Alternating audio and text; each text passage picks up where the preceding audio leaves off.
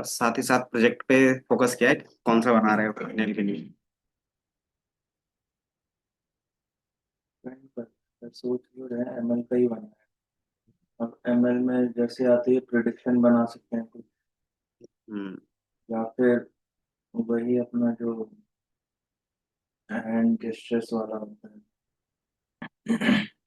उन सबका भी तो कैलर पे मिल जाएगा डेटा सेट। सब चीज मिल जाएगी। ये सब उठा के डेटा सेट वहीं से उठा के बना, ये ही होगा पता नहीं।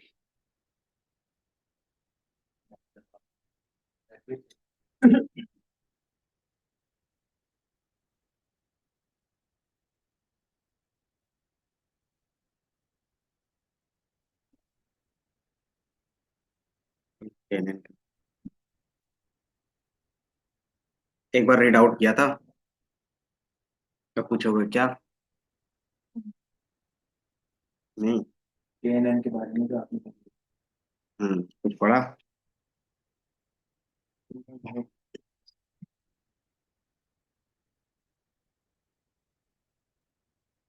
इतनी नाइंसाफी मत करो इसके साथ। कम से कम देखा तो करो एक बार। हम्म।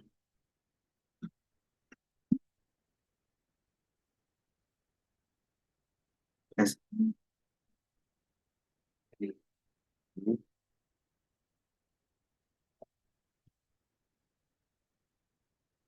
जो एक बार समझ में नहीं आया हम उसकी तरफ देखते भी नहीं। ऐसा।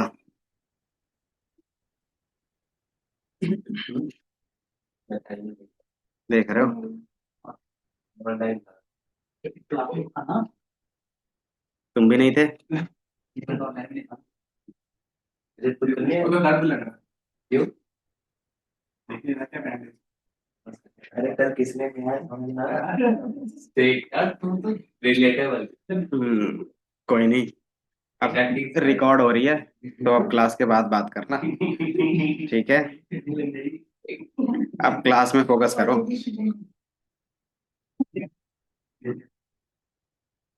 नहीं तो फिर पता चला तुम्हारा प्रेडिक्शंस यहाँ पे गलत जा रहा है।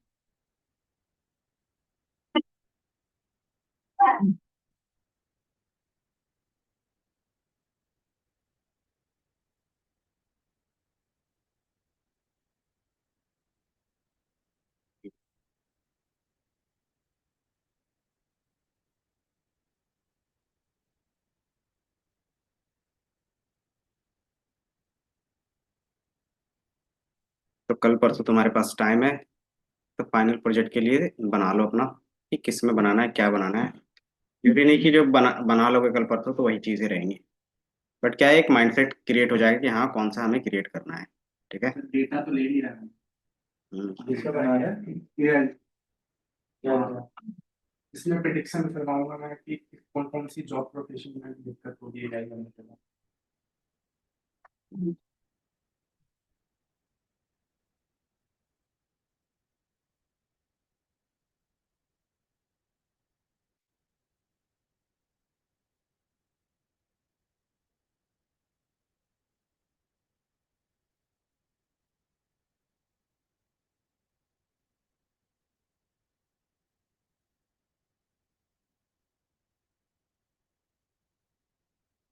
तो बता सकते हैं कैनन क्या था, सुपरवाइज लर्निंग था और क्लासिफिकेशन और रिग्रेशन दोनों के लिए यूज होता था।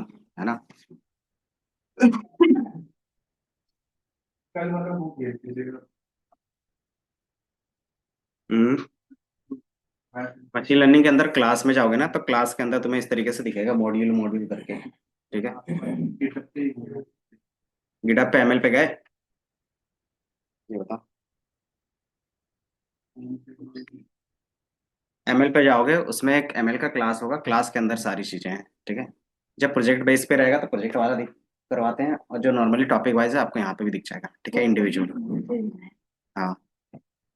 बाकी हाइपर पैरामीटर ट्यूनिंग तो हम लोगों ने पहले भी किया था तो इसमें भी कर सकते हैं।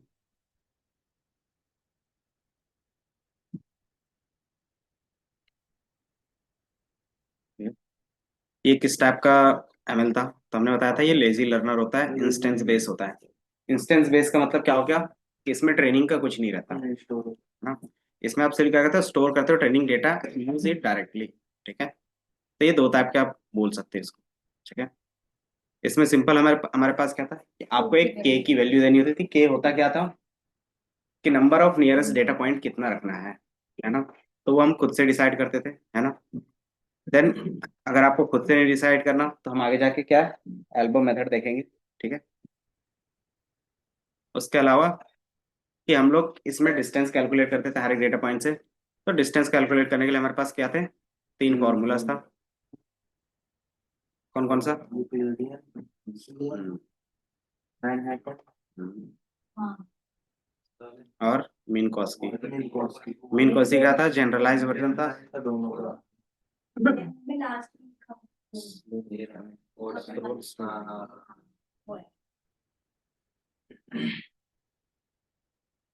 ये लिखा तो है कोड आई।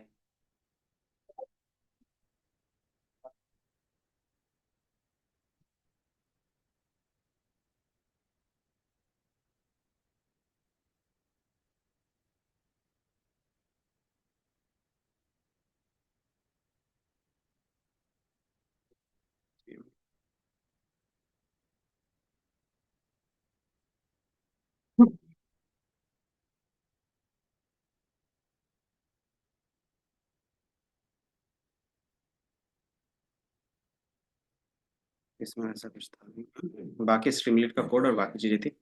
अब इसमें थोड़ा सा पैरामीटर का मैं बता देता हूँ कि इसमें क्या क्या पैरामीटर्स होते हैं, ठीक है। क्योंकि मेन है कि आपने नॉर्मल तो बना लेते हैं, बट क्या उसके अंदर क्या क्या पैरामीटर्स उसके बेस पे हम लोग काम करेंगे, ठीक है।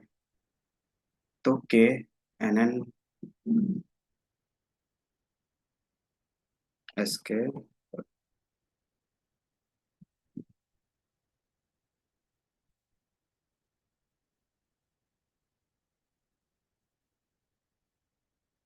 के नियरेस्ट नेबर क्लासिफायर,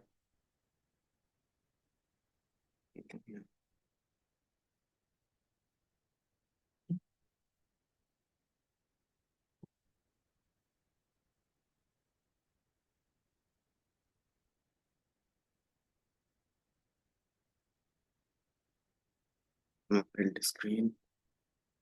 आपको इसमें कुछ पैरामीटर दिख रहे हैं? क्या क्या दिख रहा है बता सकते हो? एन नेबर दिख रहे हैं, वेट दिख रहे हैं, देन एल्गोरिदम्स दिख रहे हैं,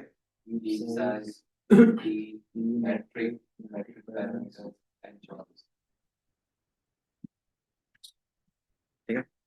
एन नाइबर्स क्या है, तो जो हम के की वैल्यू बोलते हैं वही हमारा क्या होता है, एन नाइबर्स होता है, ठीक है।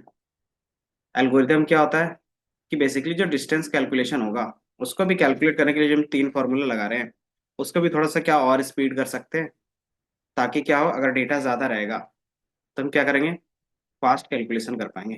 तो उसके लिए एल्गोरिदम होता है, ठीक है। एक बॉल ट्री होता है, सॉरी एक बॉल होता है और एक ट्री होता है, उसके बेस पे हम कर सकते हैं। दोनों का कॉन्सेप्ट क्या रहेगा वो बता देते हैं अभी, जस्ट एक मिनट तो, ठीक है। देन लीफ साइज है कि लास्ट एट द एंड हमारे पास कितना नोड बचेगा, ठीक है। एंड देन पी की वैल्यू है और मैट्रिक है। इसको मैं यहाँ से कॉपी,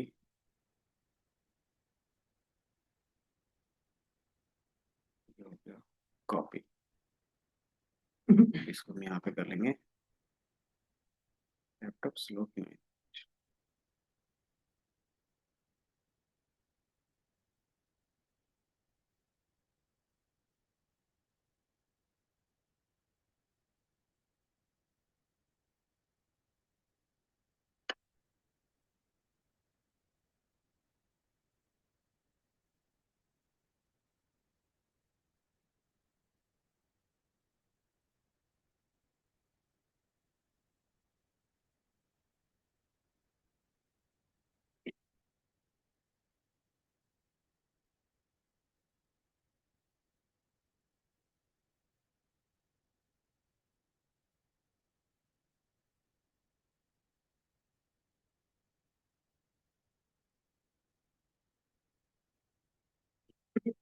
ये बात, ठीक है। तो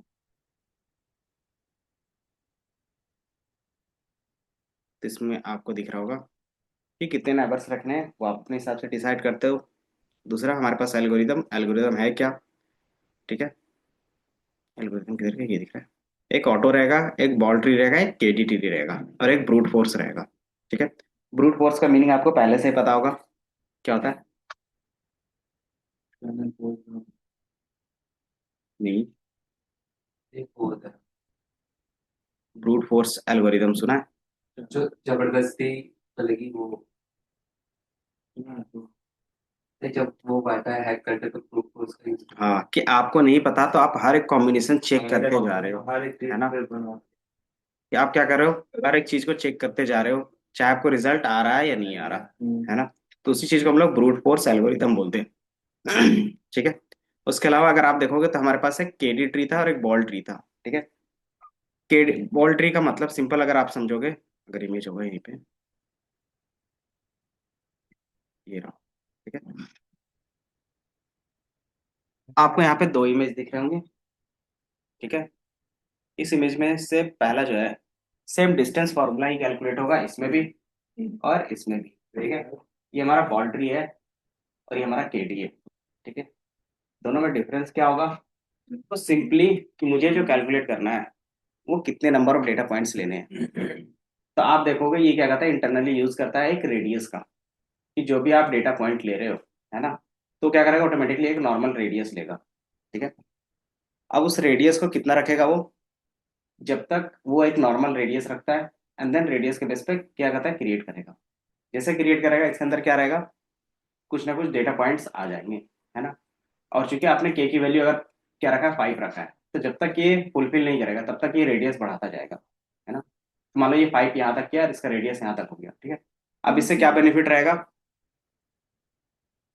इससे क्या बेनिफिट रहेगा, तो आपको पता है केनन क्या करता है, डिस्टेंस कैलकुलेट करता है ना? तो इसके पास फिक्स है कि मुझे जो डिस्टेंस कैलकुलेट करना है इसी 5 का करना है, ना कि आगे भी रेंडमली कोई भी करना है ना? तो इसमें क्या होता है, टाइम बच जाता है। ठीक है। तो इसमें क्या होगा कि इन्होंने क्या किया, एक रेडियस कैलकुलेट किया, उस रेडियस में अगर जितने नंबर ऑफ के वैल्यूज दिया था उतना आ गया, तो ऑटोमेटिकली सिर्फ वही डेटा पॉइंट्स का डिस्टेंस कैलकुलेट करता है। तो ये क्या हो गया, थोड़ा सा फास्ट हो जाता है। अगर मान लो आपके पास क्या डेटा पॉइंट है, आपने ये डेटा लिया, ठीक है, अब यहाँ से क्या कर रहे हो, हर एक पॉइंट का डिस्टेंस कैलकुलेट कर रहे हो रेंडमली। पहले ये तरीका हो गया जो ब्रूट फोर्स का था, है ना?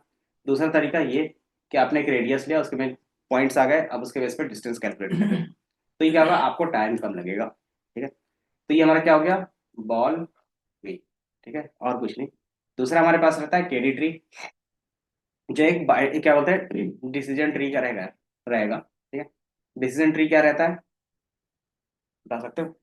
कि जो भी आपने डेटा पॉइंट लिया, है ना, अब उस डेटा पॉइंट से उसका जो नियरेस्ट डेटा पॉइंट होगा वो लेगा वो। ठीक है।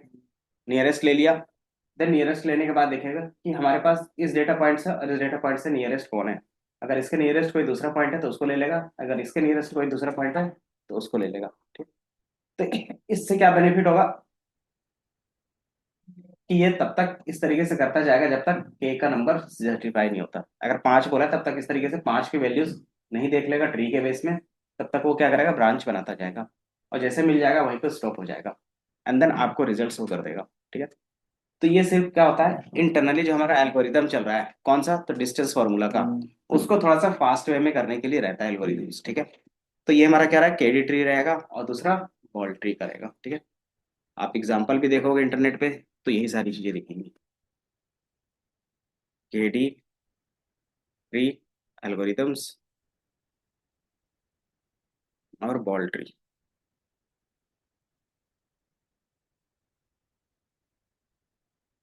ये दिखा।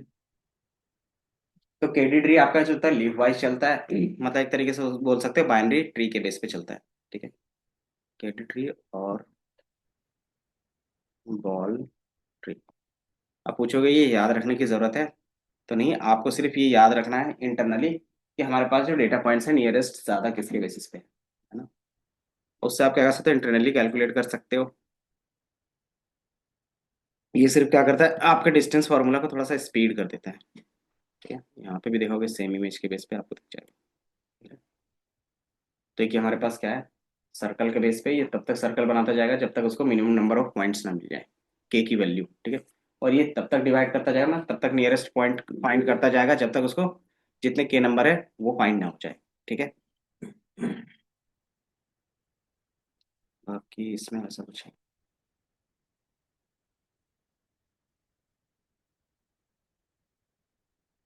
बाकी आके जाके एक और दिखेगा आपको के मीन्स का, तो उसमें भी सेम कॉन्सेप्ट रहेगा, ठीक है, कॉन्सेप्ट नहीं रहेगा अलग।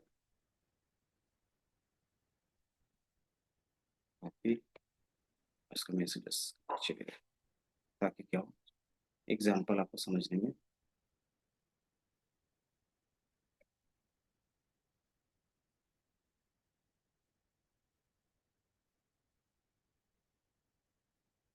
कॉपी इमेज,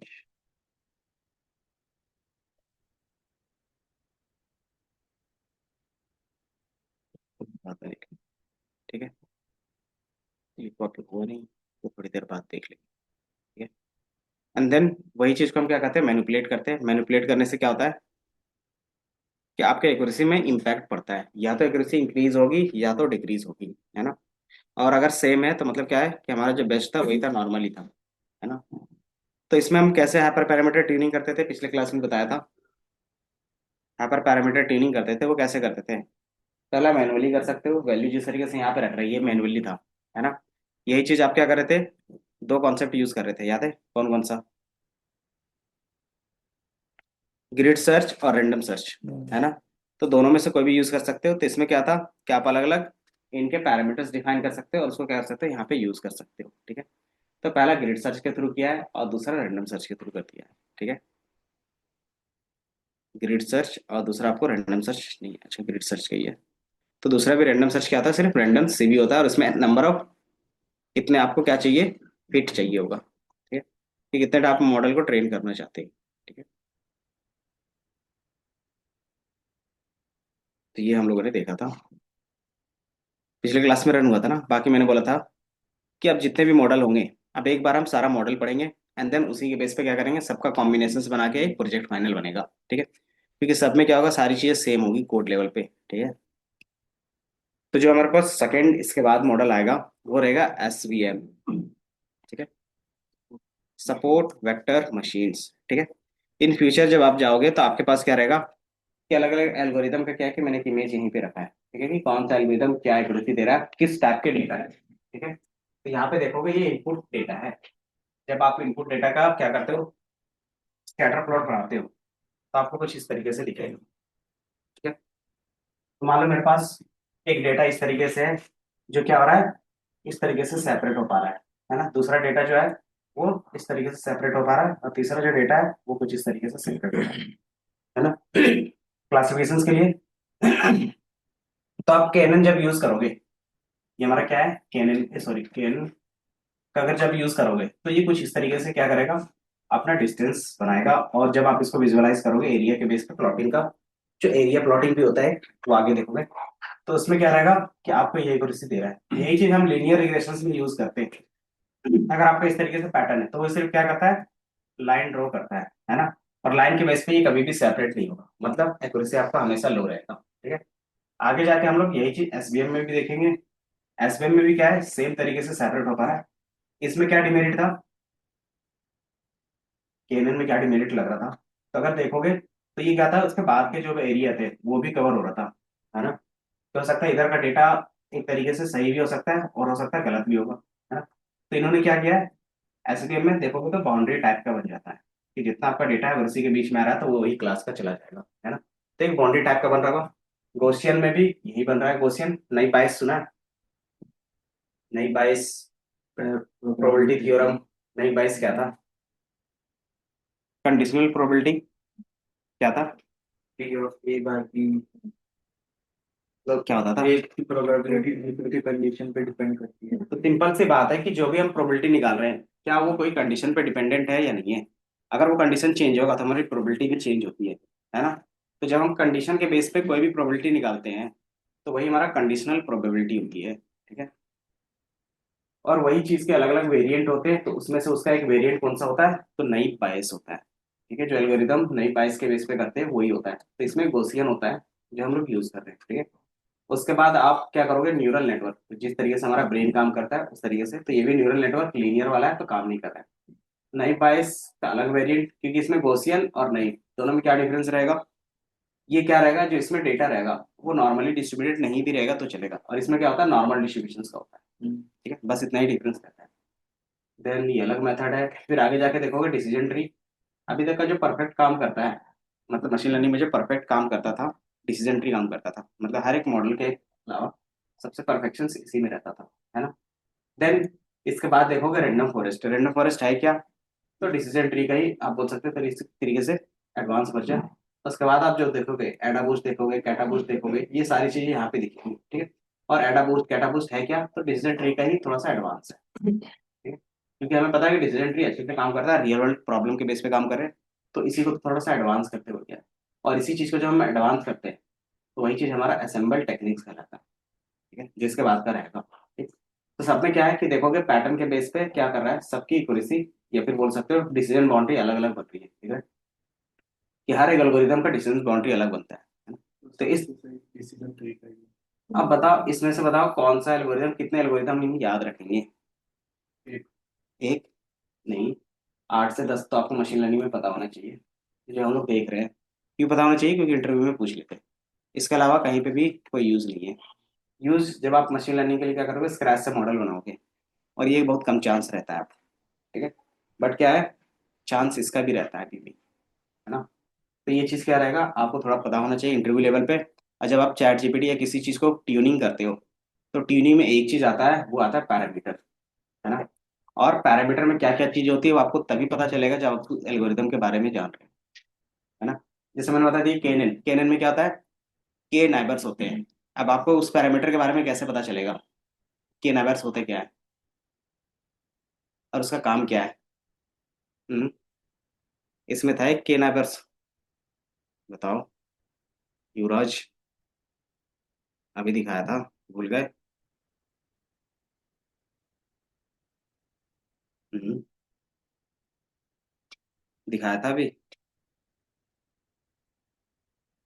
ये दिख रहा है।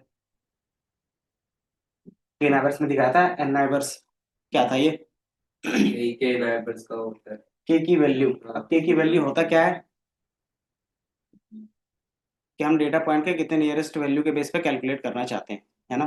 तो ये आपको पता कैसे चला? जब आपको बिहाइंड द सीन्स इसके बारे में थोड़ा सा पढ़ा, है ना।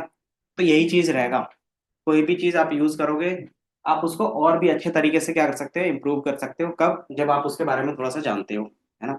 तो वही चीज यहाँ पे क्या कर रहे हैं, थोड़ा सीख रहे हो, ठीक है। कि इंटरनली आपको सारी चीजें इसी तरीके से करनी होती है, ठीक है। तो वही चीज हम लोग सपोर्ट वेक्टर मशीन्स में देखेंगे।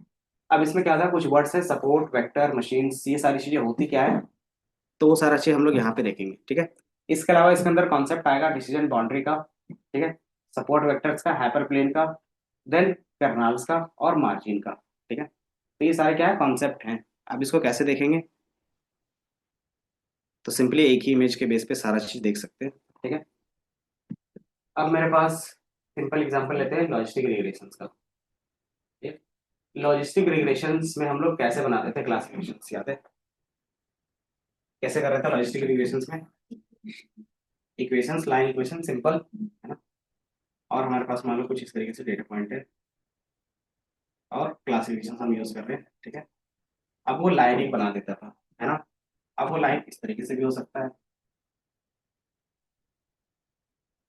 इस तरीके से भी जा सकता है, इस तरीके से भी जा सकता है, इस तरीके से भी जा सकता है ना।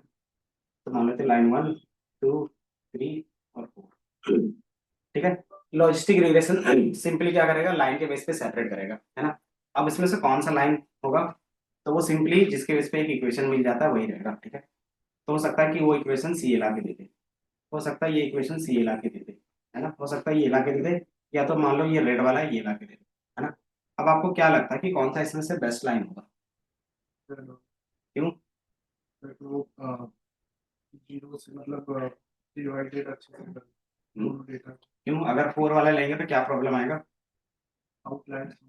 नहीं, आउटलायर का है। तो सिंपली क्या हो सकता है कि अगर कुछ डेटा पॉइंट 0 वाला यहाँ पे होगा, है ना, जस्ट इसके बाद, तो आपको लग रहा है कि ये 0 के पास ही है ना। बट ये लाइन सेपरेट लाइन यहाँ पे है, तो ऑटोमेटिकली ये क्या बता देगा उसको, क्रॉस बता देगा। क्योंकि ये लाइन के क्या है, ऊपर है, और लाइन के ऊपर क्या है, क्रॉस वाला है, क्योंकि हमने दो ही क्लास में क्लासिफिकेशन किया, है ना। तो आपने बोला ये तो सेपरेट तो अच्छे से कर रहा है, बट क्या है, इसकी जो एक्यूरेसी आएगी फिर फ्यूचर में कि थोड़ा सा भी डेटा पॉइंट ऊपर नीचे होगा तो वो सही से नहीं बता पाएगा, है ना। तो यही चीज क्या होता है कि ये थोड़ा सा ओवरफिट हो सकता है ना। दूसरा, कि ये जो लाइन है वो बेस्ट लाइन नहीं है। बेस्ट लाइन हम किसको बोल सकते हैं? जो पहले डेटा पॉइंट से और दूसरे डेटा पॉइंट से डिस्टेंस हमेशा बीच में रहेगा, है ना। ये मैं बोलूंगा कि क्या करना है कि आपको बेंच अच्छे से क्या करना सेटल करना है, तो क्या करते हो, बीच का जो क्या पार्टीशन रखते हो वो इक्वल रखते हो, ताकि क्या दोनों में इक्वल रहे, और इससे क्या होता है बेस्ट लाइन मिलता है ना। तो यही चीज क्या होगा लीनियर रिग्रेशन लॉजिस्टिक रिग्रेशन में नहीं मिलता। तो वो कैसे मिलेगा?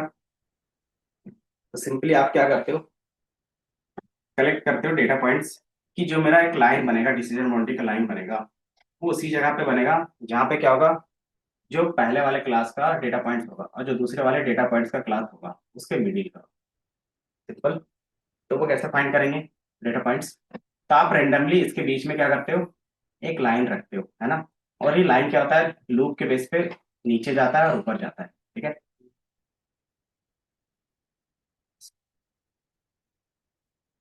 ये लूप आपका चलेगा, ये लाइन का इक्वेशन थोड़ा थोड़ा चेंज होगा, तो ये नीचे आएगा, एंड यहाँ पे उसमें जैसे ही डेटा पॉइंट पहला मिलेगा वो एक लाइन बना देगा, सपोर्ट लाइन बोल सकते हो एक तरीके से, ठीक है। या फिर बोल सकते हो इसको हाइपर लाइन, ठीक है। इसी तरीके से क्या करेगा, यही लाइन ऊपर जाएगा और यहाँ पे बन जाएगा, ठीक है, क्योंकि यहीं पे क्या हो रहा है, first time data point touch हो रहा है, तो यहीं पे बन जाएगा। तो ये हमारा क्या हो गया, दो लाइन हो गए, और ये हमारा क्या हो गया, डिसीजन बाउंड्री, कि आपके इसके मिडिल पे ही क्या होगा, बेस्ट लाइन मिलेगा, है ना। तो ये हमें मिल गया, है ना। तो अब इसी चीज को हम लोग क्या बोलते हैं, डिसीजन बाउंड्री। और ये जो आपको लाइन मिला इसको बोलते हैं हाइपर प्लेन, ठीक है, क्योंकि बाय डिफॉल्ट ये क्या लाइन इक्वेशंस के बेस पे। तो आप ये जो पूरा का पूरा लाइन इधर से उधर शिफ्ट कर रहे हो, एक प्लेन की तरह शिफ्ट कर रहे हो, है ना, इसीलिए। दूसरा हमारे पास जो ये डेटा पॉइंट आ गए, फर्स्ट टाइम जो डेटा पॉइंट ये क्या कर रहा है, कवर कर रहा है, उसको हम लोग क्या बोलते हैं, सपोर्ट वेक्टर। इसी के बेसिस पर क्या कर रहे हैं, हाइपर प्लेन या फिर डिसीजन बाउंड्री बना रहे हैं, है ना। तो ये हमारा क्या रहा, सपोर्ट वेक्टर्स। वेक्टर क्या होते हैं, याद है? वेक्टर किसको बोलते थे मैथ्स में? डायरेक्शन, कि जो भी चीज आप क्या करते हो कोऑर्डिनेट में या नंबर्स में लिखते हो, ठीक है। अगर वन डायमेंशन है तो जो एक्स की वैल्यू होगी वही इसका क्या होगा, वेक्टर होगा। अगर 2D है तो जो एक्स और वाई की वैल्यू होगा वही उसका वेक्टर वैल्यू होगा, है ना। अगर 3D है तो अगर 3D है तो 3D है तो क्या रहता है, एक्स वाई जेड रहता है। तो इन तीनों पॉइंट को जब मिला के बनाते हैं तो जो एक पॉइंट बनता है यहाँ पे, इस तरीके से एक पॉइंट बना, वो हमारा क्या हो गया, वेक्टर हो, है ना। तो वेक्टर होता है एक डेटा पॉइंट जो क्या करता है, अलग अलग कॉन्टेक्स्ट के बेस पे बनाते हैं, है ना। तो वो 1D हो सकता है, 2D हो सकता है, 3D हो सकता है, और एन डायमेंशन तक भी जा सकता है ना। तो वही चीज यहाँ पे भी है, ये डेटा पॉइंट्स है जो सपोर्ट कर रहे हैं, इसीलिए इसको क्या बोलते हैं, सपोर्ट वेक्टर मशीन्स, ठीक है। तो ये समझ में आया? ये हमारे हाइपर प्लेन रहते हैं और ये रहते हैं ये। अब इसमें क्या रहेगा, इसका इक्वेशंस क्या रहेगा, याद है? ये इक्वेशंस क्या होगा, एक लाइन है तो एम एक्स प्लस बी का ही रहेगा, ठीक है। और ये इक्वल टू जीरो रहता है, और अगर जीरो से ज्यादा है तो मतलब ये पॉजिटिव क्लास की तरफ जा रहा है, और जीरो से क्या है इधर, तो नेगेटिव में रहते हैं, ठीक है। सिंपल ये इक्वेशंस बना के हम लोग यूज कर लेते हैं, कि जो हमारा बेस्ट लाइन होगा यहाँ पे आ सकता है, अगर इससे नीचे जा रहे हैं तो नेगेटिव, इससे ऊपर जा रहे हैं तो पॉजिटिव का, ठीक है। तो इसी के बेस पे इसका जो इक्वेशंस बनता है वो पॉजिटिव का बनता है, या फिर बोल सकते हैं ग्रेटर देन, या फिर बोल सकते हैं ग्रेट इक्वल टू -1 और इक्वल टू +1, इस तरीके से डिनोट करते हैं, ठीक है। लेकिन ग्रेटर देन इक्वल टू ही लिखते हैं, ठीक है। तो ये क्या रहेगा, आपके पास चीजें रहेंगी, ठीक है। तो सपोर्ट वेक्टर में इतना ही आपके पास चीजें रहती हैं। अब हम लोग बना क्यों रहे थे, ताकि हमारे पास एक लाइन मिले जो क्या रहेगा, बेस्ट फिट लाइन रहेगा, है ना। और इसी चीज को हम लोग क्या बोलते हैं, फिट बेस्ट फिट लाइन, ठीक है। या फिर मैक्सिमम लाइक्लीहुड, ठीक है। ज्यादातर प्रोबेबिलिटी में यूज होता है मैक्सिमम लाइक्लीहुड, ठीक है। तो यहाँ पे भी हम लोग यूज कर सकते हैं। मैक्सिमम लाइक्लीहुड का मतलब क्या होता है, कि जो बेस्ट का लाइन हो सकता है उसको बोलते हैं हमेशा, ठीक है। ये हमारा क्या था, बेसिक। अब यही चीज अगर 3D में जाएगा, 3 डायमेंशन में देखेंगे तो किस तरीके से दिखेगा, क्योंकि यहाँ पे लाइन पे दिख रहा है, और यही चीज 3D में लेके जाएंगे तो 3D में लाइन इक्वेशन ही क्या बन जाता है, याद है? मान लो 3 डायमेंशन में आप डेटा रख रहे हो, तो उसमें सेम चीजें रख रहे हैं, तो वो 3D से, सॉरी 2D से 3D में जाएगा, तो क्या इक्वेशन बन जाता है लाइन का, लाइन इक्वेशंस क्या बनेगा? लो ये 2D में था, इसको मैंने 3D में किया, तो ये इस तरीके से दिख रहा है, क्योंकि हायर डायमेंशन में चेंज करने के बाद क्या होता है, एक्सप्लोर होता है, तो उसके बेस पे क्या होगा कि आप डायरेक्टली इसको इस तरीके से सेपरेट करें, और ये चीज क्या है, क्या होता था, इसको क्या बोलते थे, याद है, प्लेन बोलते थे। कि मान लो आपके पास क्या है, सिर्फ 2D है, तो लाइन के बीच में आप सेपरेट कर सकते हो। और कोई चीज 3D है, मान लो ये रूम है, तो रूम को लाइन के बेस पे सेपरेट कर पाओगे? तो आपको प्रॉपर एक प्लेन लगाना पड़ेगा। प्लेन मतलब जैसे ये रूम और वो रूम है, दोनों को सेपरेट करना है। तो कैसे किया है? तो एक कार्डबोर्ड का ये हम लोगों ने क्या किया, पूरा का पूरा एक प्लेन मतलब सीट हमने ऐड किया है। तभी क्या हो गया, दोनों सेपरेट हो गए। अब ये जो हमने सीट ऐड किया है, सीट का इक्वेशन क्या बनेगा?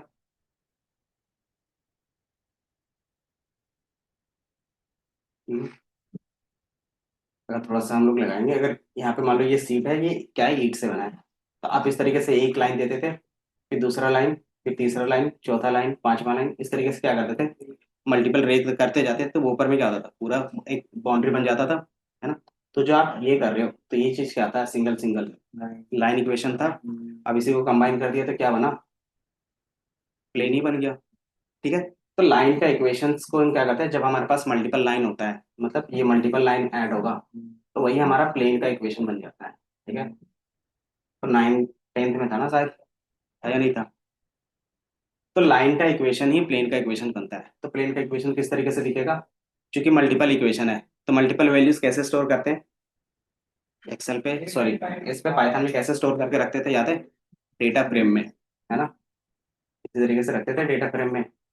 मान लो मल्टीपल डेटा है, ये सारे एक्स होंगे, तो इसी तरीके से मल्टीपल क्या होगा, वाई भी होगा, है ना? तो जब मल्टीपल एक्स मल्टीपल वाई, तो ये चीज क्या बनेगा, Y equal to M X plus C का। ठीक है। और इसको हम क्या कर सकते हैं, इस तरीके से रख सकते हैं, मतलब ये हम लोगों ने जो रखा है, तो वो क्या रखा है, एरे फॉर्मेट में रखा है। ठीक है। तो यही हमारा क्या बन जाएगा। और एरे फॉर्मेट में अगर इसको मल्टीप्लाई करते हैं, तो कौन सा मल्टीप्लीकेशन लगता है, डॉट प्रोडक्ट लगता था, है ना? तो डॉट प्रोडक्ट में क्या काम करता था, इसके डायमेंशन, इसका क्या होना चाहिए, कॉलम इसके रो के बराबर होना चाहिए, है ना? तो हम लोग क्या करते हैं, डायरेक्टली ट्रांसपोज कर लेते हैं, इसका नंबर ऑफ रोज इसके कॉलम के बराबर हो जाता है ना? तो यही हमारा क्या बन जाता है, प्लेन का इक्वेशन बन जाएगा। ठीक है? तो प्लेन का इक्वेशन अलग से याद रखने की जरूरत नहीं पड़ती। और बाय डिफॉल्ट इसके अंदर जो भी यूज होता है, जो हमारे पास है ना, ये क्या बोलते हैं इसको, एसवीएम। एसवीएम कुछ भी नहीं करता, सिंपली ये करता है, जो भी हमारे पास डेटा है उसको हायर डायमेंशन में चेंज कर देगा। हायर डायमेंशन मतलब अगर 1D है, 2D में, 2D है तो 3D में, एंड देन इसी तरीके से अलग अलग एल्गोरिदम है। ठीक है। तो उसमें वो चेंज करता है, ना कि इंटरनली वो कोई एल्गोरिदम लगाता है। तो मतलब एक तरीके से ये क्या करेगा, डेटा ट्रांसफॉर्मेशंस करेगा आपके बिहाफ में। ठीक है। अब ये डेटा ट्रांसफॉर्मेशंस करते क्यों होंगे, इसी में से समझ में आ रहा है? क्योंकि जब मैंने 2D में देखा, तो ये लाइन बन रहा था, इसका मुझे इक्वेशन नहीं पता, है ना? ना ही ये स्ट्रेट लाइन से सेपरेट हो पा रहा है, ना ही कोई ऐसा लाइन जो मुझे इक्वेशंस पता हो, है ना? तो मैंने इसका डायमेंशंस एक बार चेंज करके क्या किया, देखा। तो जैसे मैंने 2D से 3D में बनाया, हायर डायमेंशंस में ऐड किया, तो ऑटोमेटिकली ये क्या हो रहा है, एक प्लेन से सेपरेट हो पा रहा है ना? तो यहाँ पे हमारे लिए क्या हो गया, ये ईजी हो गया, है ना? तो यही चीज हमारे लिए एसवीएम करेगा। ठीक है। कि आपको वो डेटा ट्रांसफॉर्म करेगा अलग अलग लेवल पे, और ये कैसे करेगा, तो इसके अंदर 4 अलग अलग एल्गोरिदम होते हैं उसका यूज करके। ठीक है। तो यही सारी चीजें हैं कि नॉर्मली 2D में अगर हमें सही से नहीं पता चल रहा है, तो हम क्या करते हैं, 3D के बेस पे काम कर रहे हैं। ठीक है। और यहाँ पे देखोगे सेम चीज आपको फॉर्मूला में दिख रहा होगा, ये है उतना, बट मैं बता देता हूँ। यहाँ पे जो फॉर्मूला लिखा हुआ है, WT(x+b) इक्वल टू 0 करके लिखा है। क्योंकि हमारे पास क्या रहेगा, 3D रहेगा, मल्टीपल इक्वेशंस बनेंगे, मल्टीपल इक्वेशंस बनेंगे, तो कुछ इस तरीके से ट्रांसपोज के बेस पे लिखा होगा। ठीक है। सपोर्ट वेक्टर क्या था, पता चला? These are the data points which are used to closest to the decision boundary। कि जो क्लोजेस्ट एकदम रहेगा वो हमारा क्या था, सपोर्ट वेक्टर था। एंड हाइपरप्लेन कि सब space of the one dimension less than the evident space. Simply आप एग्जांपल के फॉर्म में ले सकते हो, अगर 2D है तो उसी चीज को हम लाइन बोल देते हैं, अगर 3D रहेगा तो उसी चीज को क्या बोल देंगे, प्लेन बोल देंगे, और अगर n डायमेंशन रहेगा तो उसी चीज को हम बोलते थे कि n-1 डायमेंशन का हाइपर प्लेन है वो। ठीक है। तो वो चीज आपको यहाँ पे दिखेगा। ठीक है।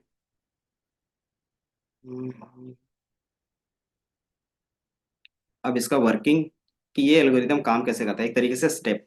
ठीक है। तो सबसे पहले डेटा रिप्रेजेंटेशंस, आप क्या करते हो, data points are represent as a higher dimensions, तो वेक्टर के फॉर्म में आपको करना पड़ता है। एंड देन ये फाइंड करता है ऑप्टिमल हाइपर प्लेन। प्लेन कैसे फाइंड करता है, तो मैंने बताया, एक रैंडम इक्वेशंस लेता है, एंड देन वो इक्वेशंस के बेस पे क्या करता है, चेंज करता रहता है। और ये कब तक चेंज होता है? जब तक वो कन्वर्जन हो जाए। कन्वर्ज कहाँ पे? तो किसी एक क्लास के डेटा से, जैसे वो किसी एक क्लास के डेटा से टच करेगा तो वहां पे एक प्लेन बना देगा। देन वो क्या करेगा, फिर दूसरे क्लास की तरफ जाएगा, देन उधर भी क्या करेगा, प्लेन बना देगा। एंड जो मिडिल होगा वही हमारा क्या होगा, हाइपर प्लेन बन जाएगा। ठीक है, ये आपको एक्स्ट्रा कुछ भी नहीं करना होता। ये सारे क्या होते हैं, इंटरनली अप्लाई होते हैं। आप अपना खुद का भी बना सकते हो, बट क्या रहेगा कि ये सारे इंटरनली अप्लाई होंगे। ठीक है, तो सिंपली मैंने बताया था ये क्या करता है, डेटा ट्रांसफॉर्म करता है। डेटा ट्रांसफॉर्म कर रहे हैं मतलब आप नॉन लिनियरिटी में जा रहे हो। ठीक है, तो मान लो हमारे पास कुछ इस तरीके से डेटा है, तो हम क्या करते हैं, कुछ कर्नाल यूज करते हैं। कर्नाल होते क्या है, तो मैंने बताया जो एल्गोरिदम जो डेटा को ट्रांसफॉर्म करेंगे, जैसे अप्लाई करोगे तो ऑटोमेटिकली वो कुछ इस डायमेंशन में दिख रहा है ना। अब इसको हम इजिली एक प्लेन से क्या कर सकते हैं, सेपरेट कर सकते हैं इसके बीच में। तो यही हमारा क्या होगा, बेस्ट प्लेन होगा, है ना। तो ये सारे अलग अलग काम करेंगे। अब इसमें जो मैंने बताया कर्नाल, कर्नाल कितने टाइप के रहेंगे, तो आपको 4 टाइप का दिखेगा। ठीक है, पहला है लीनियर कर्नाल। लीनियर कर्नाल का मतलब क्या होगा, लीनियर कर्नाल क्या हो सकता है, एक सेकंड।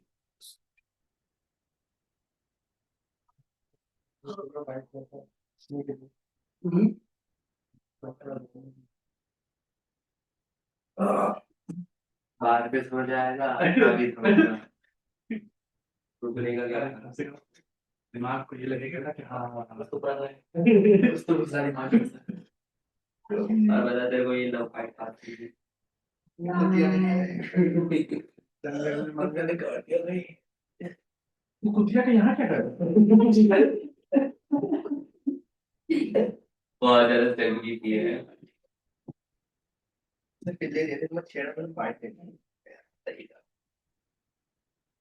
क्या करें यार, शिट इसमें भी नहीं बोल सकते हैं। चलो चलो हो जाए। मैंने बोल दिया राइट राइट हाँ चालू सर भी समझ गए पर कह रहे हम भी स्टूडेंट रहे हैं। ठीक है ना, कह रहा हूँ मैं। कोई में मंगल ओ भाई हाँ तो ये फिर लंदन में था।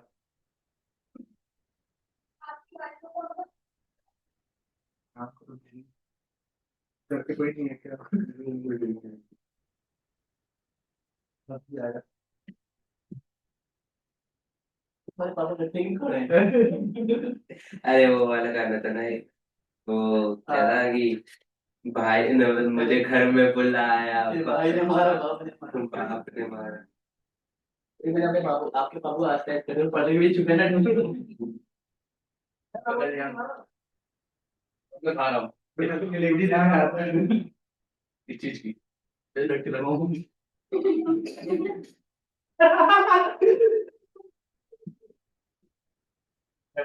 Direct Blinkit. बस क्या बोलते हैं लेने करना, लेने करना, करना भी तो यहाँ पे भी करना है। ये पे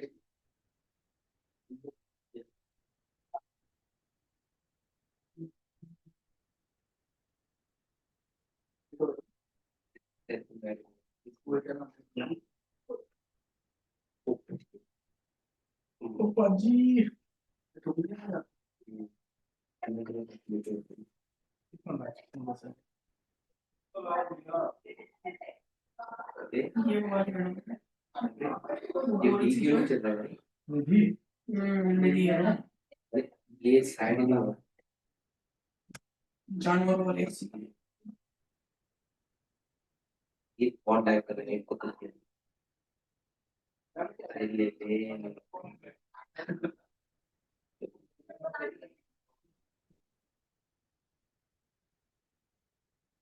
हाँ कहाँ बिजी है सर?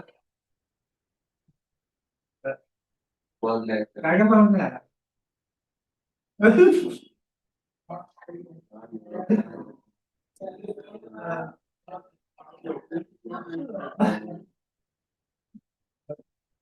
रास्ते ही हो और आवाज नहीं सुनाई दे रहा क्या? मैं तो भाई अब पिछले 2-3 दिन से लगता है।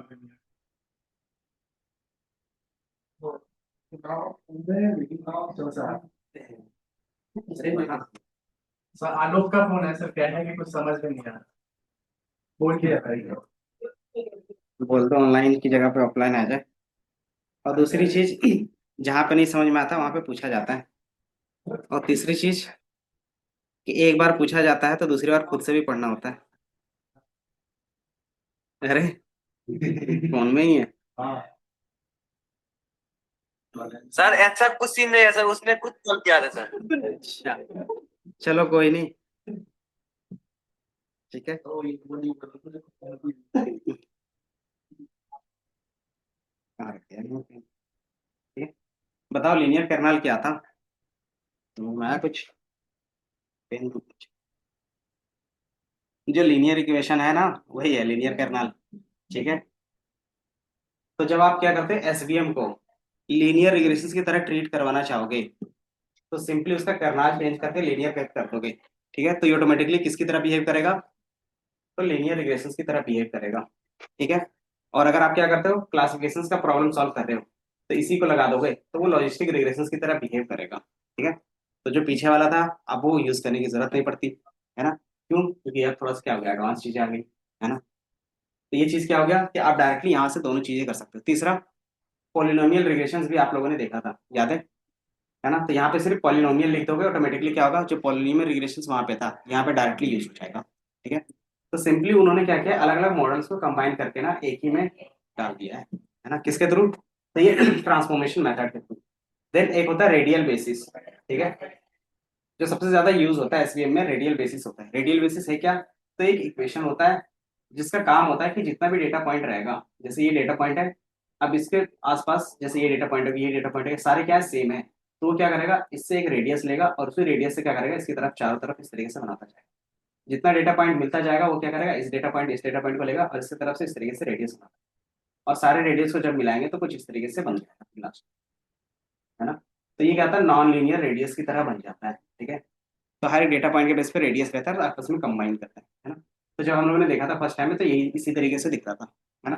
तो आरबीएफ का काम यही होता है रेडियल बेसिस फंक्शंस, ठीक है। सिंपली इक्वेशंस होता है और कुछ नहीं, ठीक है। सिग्मॉइड, सिग्मॉइड क्या था याद है? बताया था कभी? न्यूरल नेटवर्क में होता है प्लस लॉजिस्टिक रिग्रेशंस में भी बताया था, याद है? सिग्मॉइड का जो 0 से 1 के बीच में वैल्यू कन्वर्ट करता था एज अ प्रोबेबिलिटी वैल्यू ना। लॉजिस्टिक रिग्रेशंस में होता क्या था सिंपल लीनियर रिग्रेशन ही था और उसके ऊपर क्या लगा देते थे हम लोग ये सिग्माइड फंक्शंस लगा देते थे तो वो 0 से 1 के बीच में चेंज हो जाता था, है ना। तो वही चीज हमारा यहाँ पे भी रहेगा, ठीक है। अगर आपको क्या है प्रोबेबिलिटी बेस पे सारी चीजें 0 से 1 मतलब बाइनरी क्लासिफिकेशन करना है तो आप इसका यूज कुछ कर सकते हैं ज्यादातर, ठीक है। एंड देन ये ज्यादातर यूज जो होता है वो न्यूरल नेटवर्क में होता है जो आगे जाके देखोगे, ठीक है। अब इसके बेस पे क्या है कि मान लो जो हमने डेटा पिछले क्लास में यूज किया था तो डेटा का एक इमेज है जिस इक्वेशंस को बनाने के लिए इन्होंने यूज भी किया था, ठीक है। तो यहाँ पे आपको दिखेगा, ठीक है। तो मैंने बताया पहला क्या था जो कर्नल था वो लीनियर था। लीनियर का मतलब क्या हो गया वो डेटा ट्रांसफॉर्म करेगा किसके बेसिस पे? तो सिंपली जो इनपुट था उसी के बेस पे मल्टीप्लाई करके, है ना। पॉलिनोमियल में क्या होता है कि जो भी हमारे पास डेटा पॉइंट्स होगा वो नया डेटा पॉइंट बनेगा क्योंकि नया डायमेंशन बनाना है। ये सिंपली क्या करेगा 2D है तो इसको 3D में वो कन्वर्ट करेगा। अब ये 3D में कैसे कन्वर्ट करेगा? मान लो उसके पास दो ही कॉलम है x1 और x2, ठीक है। अब आप इसको 3D में बनाना चाहते हो कैसे बनाओगे? कैसे बनाएंगे? कैसे? तीसरा कॉलम में क्या डेटा रखोगे ये बताओ। तो दोनों में कॉमन हो। हाँ तो आप अपने हिसाब से कोई भी चीज कर सकते हो। तो पहला यहाँ पे आप दोनों को x1 प्लस x2 करके भी स्टोर कर सकते हैं, x1 इंटू x2 भी करके कर सकते हैं, है ना। देन दोनों का पावर करके भी कर सकते हैं x1 इंटू x2। तो यही चीज यहाँ पे भी किया है देख रहे हैं कि वो नया कॉलम जो क्रिएट होगा अगर वो लीनियर यूज कर रहे हो तो x1 इंटू x2 करके कर देगा। अगर आप पॉलिनोमियल में कर रहे हो तो जो नया कॉलम बनेगा वो x1 इंटू x2 और उसका पावर जो पावर आप रखोगे, ठीक है। इसी तरीके से क्या होगा गॉसियन, गॉसियन के बेस पे क्या रहेगा उसका जो पावर बनेगा आप इस तरीके से इक्वेशन से उस तरीके से कर सकते हैं कि जो भी नया कॉलम बनेगा वो इस फॉर्म में बनेगा, ठीक है। सिग्मोइड में क्या रहेगा कि आपके पास 10H के बेस पे रहेगा, ठीक है। तो ये अलग अलग इक्वेशंस के बेस पे क्या करता है नया कॉलम ही क्रिएट करता है और उस कॉलम के बेस पे क्या करेगा उसको हैप्पी प्लेन क्रिएट करेगा, ठीक है। जो क्या रहेगा बेस्ट सेपरेट पॉइंट होगा, ठीक है। तो जैसे यहाँ पे क्या दिया हुआ है आपके पास, रो डेटा दिया हुआ है। रो डेटा मतलब दो ही कॉलम है। कैसे पता चल रहा है इसमें दो ही कॉलम होंगे? नहीं, रेड और ग्रीन नहीं है वो तो लेबल है। एक्स और वाई ऐसे। हाँ, आपके पास क्या है, ये 2D है, तो ये x1 बोल सकते हो और ये x2 होगा। ठीक है, अब x1 x2 के बेस पे हमने क्या किया, y का कलर किया है कि यार वो ट्रू होगा फॉल्स होगा, ट्रू होगा फॉल्स होगा, मतलब उसको कैंसर है नहीं है, कैंसर नहीं है, तो वो सारे डेटा पॉइंट्स है जिसको मैंने कलर दिया है। ठीक है, आप ये मत समझना कि ये जो डेटा पॉइंट्स हैं, दो कलर हैं तो वो x1 x2 के कारण है। वो सिंपली y में जितने डिस्टिंक्ट वैल्यू है उतना मैंने कलर यूज किया है। तो y में कितने डिस्टिंक्ट वैल्यू है, दो है, तो दो कलर आपको दिखेगा, है ना। तो आपने विजुअलाइज किया है कि इसको कैसे सेपरेट किया जा सकता है। तो आपने इसी को क्या किया, इस तरीके से सेपरेट कर सकते हैं, है ना। तो इस तरीके से मान लो कि हमें ऐसा कोई भी एल्गोरिथम नहीं आया था जो इस तरीके से काम कर सकता है, तो हमें अभी एक ही आता है क्या, ट्रांसफॉर्मेशन का। तो इसी को क्या करेगा, ये 2D से 3D में चेंज करेगा। ये देखा है, पहला, दूसरा और ये तीसरा, एक्स एक्सिस, वाई एक्सिस और एक जेड एक्सिस। इसी को जब ये चेंज करता है, कर्नल फंक्शंस आप यूज करते हो, ठीक है, तो ये ऑटोमेटिकली क्या होगा, कुछ इस तरीके से दिखेगा, है ना। अब आप इसको क्या कर सकते हैं, एक प्लेन से यहाँ से सेलेक्ट कर सकते हैं। एक्यूरेसी 100% तो नहीं आती है, बट क्या रहेगा कि आपको ये दिख जाएगा सेपरेटली। इससे ऊपर जो रहेगा वो रेड पॉइंट रहेगा डेंजर, और जो इससे नीचे रहेगा वो ग्रीन रहेगा, है ना। तो ये चीज आपको दिखेगी, ठीक है। एंड देन आप थोड़ा सा सेट करते हो तो यहाँ का प्लेन इस तरीके से दिखता है, ठीक है। तो मेन कर्नाल का यही रहता है, ठीक है।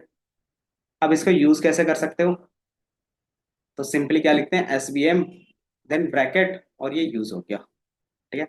अब उसमें कर्नाल कैसे चेंज करेंगे, तो सिंपली उसके अंदर पैरामीटर होगा कर्नाल का, कि उसके अंदर जो भी चीजें लिखोगे वो आ जाएगा, ठीक है।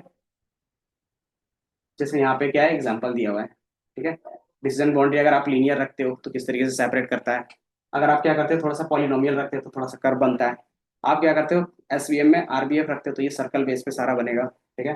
अगर आप क्या करते हो, सिगमेंट रखते हो तो ये प्रोबेबिलिटी बेस पे बनेगा सारा। बेस्ट RBF, क्योंकि ये नॉन लीनियर है और सर्कल पे बेस पे बनता है ज्यादातर, ठीक है।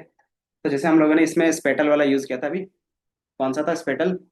तो हमारा क्या था, आयरिस फ्लावर था, है ना। तो उसमें तीन क्लास थे, तीन क्लास के बेस पे सेपरेट करना था, तो वही चीज यहाँ पे दिखाया गया है, ठीक है। SVM में जब हमने लीनियर यूज किया तो सारा स्ट्रेट लाइन के बीच में सेपरेट हो रहा है। ये हमारा क्या होगा, कि वर्सी होगा, सेंटोसा होगा और वर्जिनिका होगा, ठीक है। यही चीज मैंने क्या किया, थोड़ा सा कर्नाल यूज किया है इसमें। अच्छा, ये सिंपल लीनियर है, ये भी तो लीनियर है। नहीं, ये कर ब्लू वाला। लीनियर SVC, अच्छा ये क्लासिफिकेशन वाला है, ठीक है। वही चीज है, तो थर्ड देखोगे RBF होगा। तो RBF क्या कर रहा है, मैंने बताया था सर्कल बेस काम करता है, तो हर एक का सर्कल बनेगा जितना भी उसका डिसीजन बन सकता है, ठीक है। तो हर एक का देखोगे तो कर्वेचर में जा रहा होगा, ठीक है। ये चीज पॉलिनोमियल में देखोगे तो पॉलिनोमियल के जितना पावर बढ़ाते जाते हैं वो उतना कर्व हो जाते जाता है। तो ये देखोगे, ये इस तरीके से कुछ कर्व दिखा रहा है।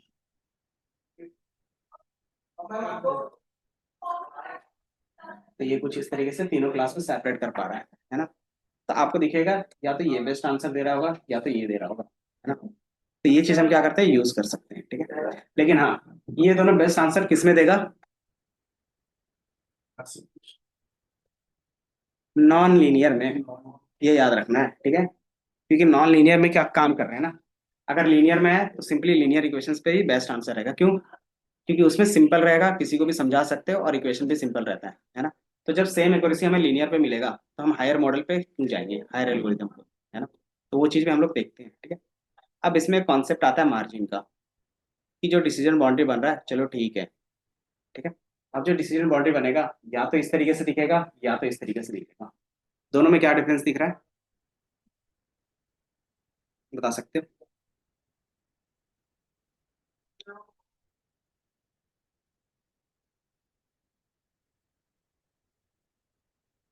बताओ ऑब्जर्व करके। पहले वाले में सर। इसमें देखोगे तो ये हमारा क्या है, पूरा सेपरेट है। इसमें क्या है, कुछ डेटा पॉइंट्स मिक्स हो रहे हैं, है ना। तो इसी चीज को हम वो बोलते हैं मार्जिन, ठीक है। अगर आप क्या करते हो कि आपको 100% एक्यूरेसी चाहिए, तो मतलब एक भी मिस क्लासिफाइड नहीं होना चाहिए, है ना। मिस क्लासिफाइड का मतलब होता है कि इस बाउंड्री के अंदर कोई भी ऐसा डेटा पॉइंट नहीं आना चाहिए जो हम क्या कर रहे हैं, दोनों में से किसी को बोल रहे हैं। दोनों अच्छे से सेपरेट होना चाहिए, मतलब इसके बीच में कोई भी डेटा पॉइंट नहीं है ना। तो ये हमारा होता है हार्ड मार्जिन, ठीक है। अगर आपको एक्यूरेसी अच्छा चाहिए तो हार्ड मार्जिन, लेकिन सॉफ्ट मार्जिन में क्या होता है कि कुछ डेटा पॉइंट मिसक्लासीफाई हो सकते हैं। ठीक है, कि मान लो हमारे पास 100 डेटा है तो एक दो डेटा क्या होगा, मिसक्लासीफाई हो सकता है ना। तो हम क्या करें, अपने मॉडल को एक्यूरेसी को थोड़ा सा डाउन करते हैं, मतलब हम थोड़ा सा सॉफ्ट रखते हैं। तो इसमें क्या होगा, मिस क्लासिफिकेशन थोड़ा सा होगा, है ना। तो इसमें से बेस्ट कौन होगा रियल वर्ल्ड के बेस पे? हम्म हार्ड मार्जिन या सॉफ्ट मार्जिन? क्यों? प्रॉपर तरीके से डिस्ट्रीब्यूट कर देगा और हम्म accuracy हम्म और सॉफ्ट मार्जिन, तुम्हें लगता है रियल वर्ल्ड में कि तुम्हारे पास इसी तरीके का डेटा आता होगा? कुछ ना कुछ ऐसी चीजें रहती हैं जो एक दूसरे से मिक्स होता ही है ना। एक्सेप्शंस तो नेगलेक्ट करोगे, तो नेगलेक्ट कैसे करेंगे? जब उसको हम क्या करेंगे, इस तरीके से मार्जिन में देंगे ना, कि वो मार्जिन के अंदर थोड़ा सा आ सकता है ना। कि हम इसको एक दो डेटा पॉइंट्स को छूट दे रहे हैं, कि वो मिसक्लासिफाइड हो सकता है ना। मतलब एक तरीके से आप बोल सकते हो कि हम लोग ने थोड़ा सा सॉफ्ट रखा, ताकि क्या हो, हमारा जो मॉडल है उसकी जो एक्यूरेसी रहेगा वो थोड़ा सा जनरलाइज हो जाए, है ना। और हार्ड मार्जिन में दूसरा क्या डिमेरिट रहेगा, कि ये ओवरफिट हो सकता है। ओवरफिट मतलब जैसा है वैसा ही करना है ना। कि एग्जैक्ट आंसर आना चाहिए ट्रेनिंग के टाइम में जिस तरीके से उसी तरीके से, लेकिन टेस्टिंग में क्या होगा, फेल हो जाएगा, है ना। जैसे रहता है ना स्ट्रिक्ट रूल, सेम उसी तरीके से इसमें स्ट्रिक्टनेस है, ठीक है। कि जितना ज्यादा स्ट्रिक्टनेस होगा वो उस समय तो अच्छा परफॉर्म कर लेगा, लेकिन जैसे बाहर जाएगा ऑटोमेटिकली क्या होगा, फेल हो जाएगा मॉडल। क्योंकि क्या होता है, बाहर में उसको थोड़ा ना थोड़ा क्या होता है, सॉफ्टनेस मिलता है ना। कि उस समय क्या रीड करना है उसका नहीं पता चलेगा। तो इसमें क्या रहेगा कि थोड़ा सा अनएक्यूरेसी रहेगा, तो आपका जो 100% एक्यूरेसी था वो 95 में रहेगा, है ना। और वो क्या रहेगा, रियल एक्यूरेसी रहेगा। तो ये हमारा क्या रहता है, सॉफ्ट मार्जिन रहता है, ठीक है। तो ये समझ में आया, हार्ड मार्जिन और सॉफ्ट मार्जिन। तो इसमें थोड़ा सा डिफरेंसेस फॉर्म में भी आप देखोगे कि सॉफ्ट मार्जिन होता क्या है। तो it's allow some misclassification in the order to achieve a better generalisation, ठीक है। क्योंकि हम ज्यादातर काम जो करते हैं आजकल जनरलाइजेशन में करते हैं, है ना। तो जनरलाइज करेगा जितना ज्यादा वो रहेगा, ठीक है। अब ये हम कैसे कर सकते हैं कि ये कितना हार्ड होगा कितना सॉफ्ट होगा, उसके लिए कुछ ना कुछ तो पैरामीटर होगा ना। तो इसके लिए आपके पास एक पैरामीटर रहेगा सी, ठीक है। जिसको आपने बोला था रेगुलाइजेशन टर्म, याद है? ये सेम चीज आपको लॉजिस्टिक में भी दिखा था, सी की वैल्यू, है ना। तो L1 L2 के बेस पे, तो यहाँ पे भी वही रहेगा, ठीक है, रिवर्स रहता है। तो सी की वैल्यू क्या रहेगा, उसी के बेस पे डिपेंड करेगा, ठीक है। अगर लार्जर सी की वैल्यू रहेगी तो हमारा क्या रहेगा, करेक्टली क्लासिफाइड होगा। अगर करेक्टली क्लासिफाई हो गया मतलब सॉफ्ट मार्जिन या हार्ड मार्जिन। अगर मान लो आपने क्या किया है, करेक्टली क्लासिफाई कर पा रहे हो हर एक डेटा पॉइंट्स को, तो ये हार्ड मार्जिन होगा। मतलब सी की वैल्यू जितना ज्यादा हम बढ़ाते जाएंगे उतना ज्यादा हार्ड मार्जिन होता जाएगा, और सी की वैल्यू जितना स्मॉलर रहेगा उतना सॉफ्ट मार्जिन होगा, ठीक है। तो यही चीज यहाँ पे रहेगा, ठीक है। तो यही चीज क्या होता है, typically use for the regulation parameters to control the overfitting. कि हम ओवरफिटिंग को इसकी तरह क्या कर सकते हैं, यूज करेंगे रिड्यूस करने के लिए, ठीक है। इतना समझ में आया? तो यही कॉन्सेप्ट थे जो एसवीएम में दिखेगा, ठीक है। एसवीएम आया क्यों, क्योंकि लीनियर जो था लाइन तो दे रहा था लेकिन बेस्ट लाइन नहीं दे पा रहा था, है ना। तो बेस्ट लाइन कैसे मिल सकता है, तो उसको प्लेन में कन्वर्ट करके, ठीक है। कैसे, तो हम क्या करते थे, इसका जो नियरेस्ट पॉइंट है वो इसका नियरेस्ट पॉइंट होगा, उसका मिडिल लाइन हम लोग ड्रॉ कर लेंगे, है ना। तो हम लोग प्लेन के थ्रू कर रहे थे, है ना। अब इसमें क्या था कि जब भी हम प्लेन बनाते हैं तो उसका हायर डायमेंशन में चेक करते हैं। अगर 2D में है तो 3D में, 3D है तो 4D में, ताकि क्या हो, एक सेपरेट प्लेन बना सकें, है ना। तो वो चीज़ हम किससे कर रहे थे, तो आपको डेटा ट्रांसफॉर्म करना पड़ेगा। तो वो डेटा कैसे ट्रांसफॉर्म करेंगे, तो कुछ ना कुछ इक्वेशंस लगाओगे। तो जो इक्वेशंस लगाते थे वो क्या कहलाएगा, क्या कहलाएगा इसमें, तो कर्नल कहलाएगा, है ना। इसमें क्या बोलते हैं, इक्वेशंस ही रहता है, बट इसको यहाँ पे जो नाम देते हैं वो क्या बोलते हैं, कर्नल, ठीक है। तो यहाँ पे क्या रहेगा, कर्नल यूज करोगे। चार 4 टाइप्स के कर्नल थे। अगर यही चीज आपको लीनियर की तरह बिहेव करना है तो लीनियर, अगर आपको पॉलिनोमियल की तरह बिहेव करवाना है तो पॉलिनोमियल, अगर आपको क्या करना है, नॉन लीनियर की तरह बिहेव करवाना है तो आरबीएफ का यूज कर सकते हैं, ठीक है। तो ये सारे क्या रहते थे, इसके अंदर रहते हैं। अब इसमें क्या था कि हार्ड, इसमें मार्जिन के बेस पे था। तो मार्जिन होते क्या थे, जो हमारा क्या करेगा, एक्यूरेसी डिपेंड करेगा। तो एक हार्ड मार्जिन एक सॉफ्ट मार्जिन होगा। हार्ड मार्जिन में क्या होगा, एक्यूरेसी अच्छा खासा मिल जाएगा लेकिन सिर्फ ट्रेनिंग डेटा में, मतलब उसके ओवरफिट होने के चांसेस बहुत ज्यादा रहेंगे, है ना। तो उसको जनरलाइज कैसे करेंगे, तो जनरलाइज करने के लिए आप क्या करते हो, उसमें कुछ कुछ ना कुछ सॉफ्ट मार्जिन रखते हो, मतलब कुछ ना कुछ पॉइंट्स मिस क्लासिफाइड करते हैं, है ना। तो कैसे करते हैं, तो उसमें एक पैरामीटर रहता है सी, सी की वैल्यू को इंक्रीज और डिक्रीज करके, है ना। अगर सी की वैल्यू इंक्रीज करेंगे तो क्या होगा, हम्म, तो वो धीरे धीरे हार्ड मार्जिन बनता जाएगा, है ना। अगर सी की वैल्यू डिक्रीज करते जाओगे तो सॉफ्ट मार्जिन बनता जाएगा, ठीक है। तो ये क्या था, पूरा का पूरा था, ठीक है। बाकी इसके अंदर रहता है कि आप बाइनरी क्लासिफिकेशंस करना चाहते हो या मल्टी क्लास क्लासिफिकेशंस, जो हमने बताया था वन वर्सेस वर्स्ट और वन वर्सेस रेस्ट। क्या कॉन्सेप्ट था, थोड़ा सा याद है?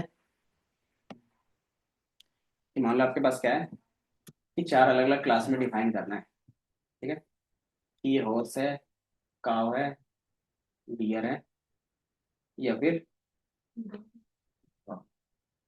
ठीक है। तो आपको ये चार अलग अलग क्लास में डिफाइन करना है, ठीक है। तो ये क्या बन गया, मल्टी क्लास क्लासिफिकेशन बन गया, है ना।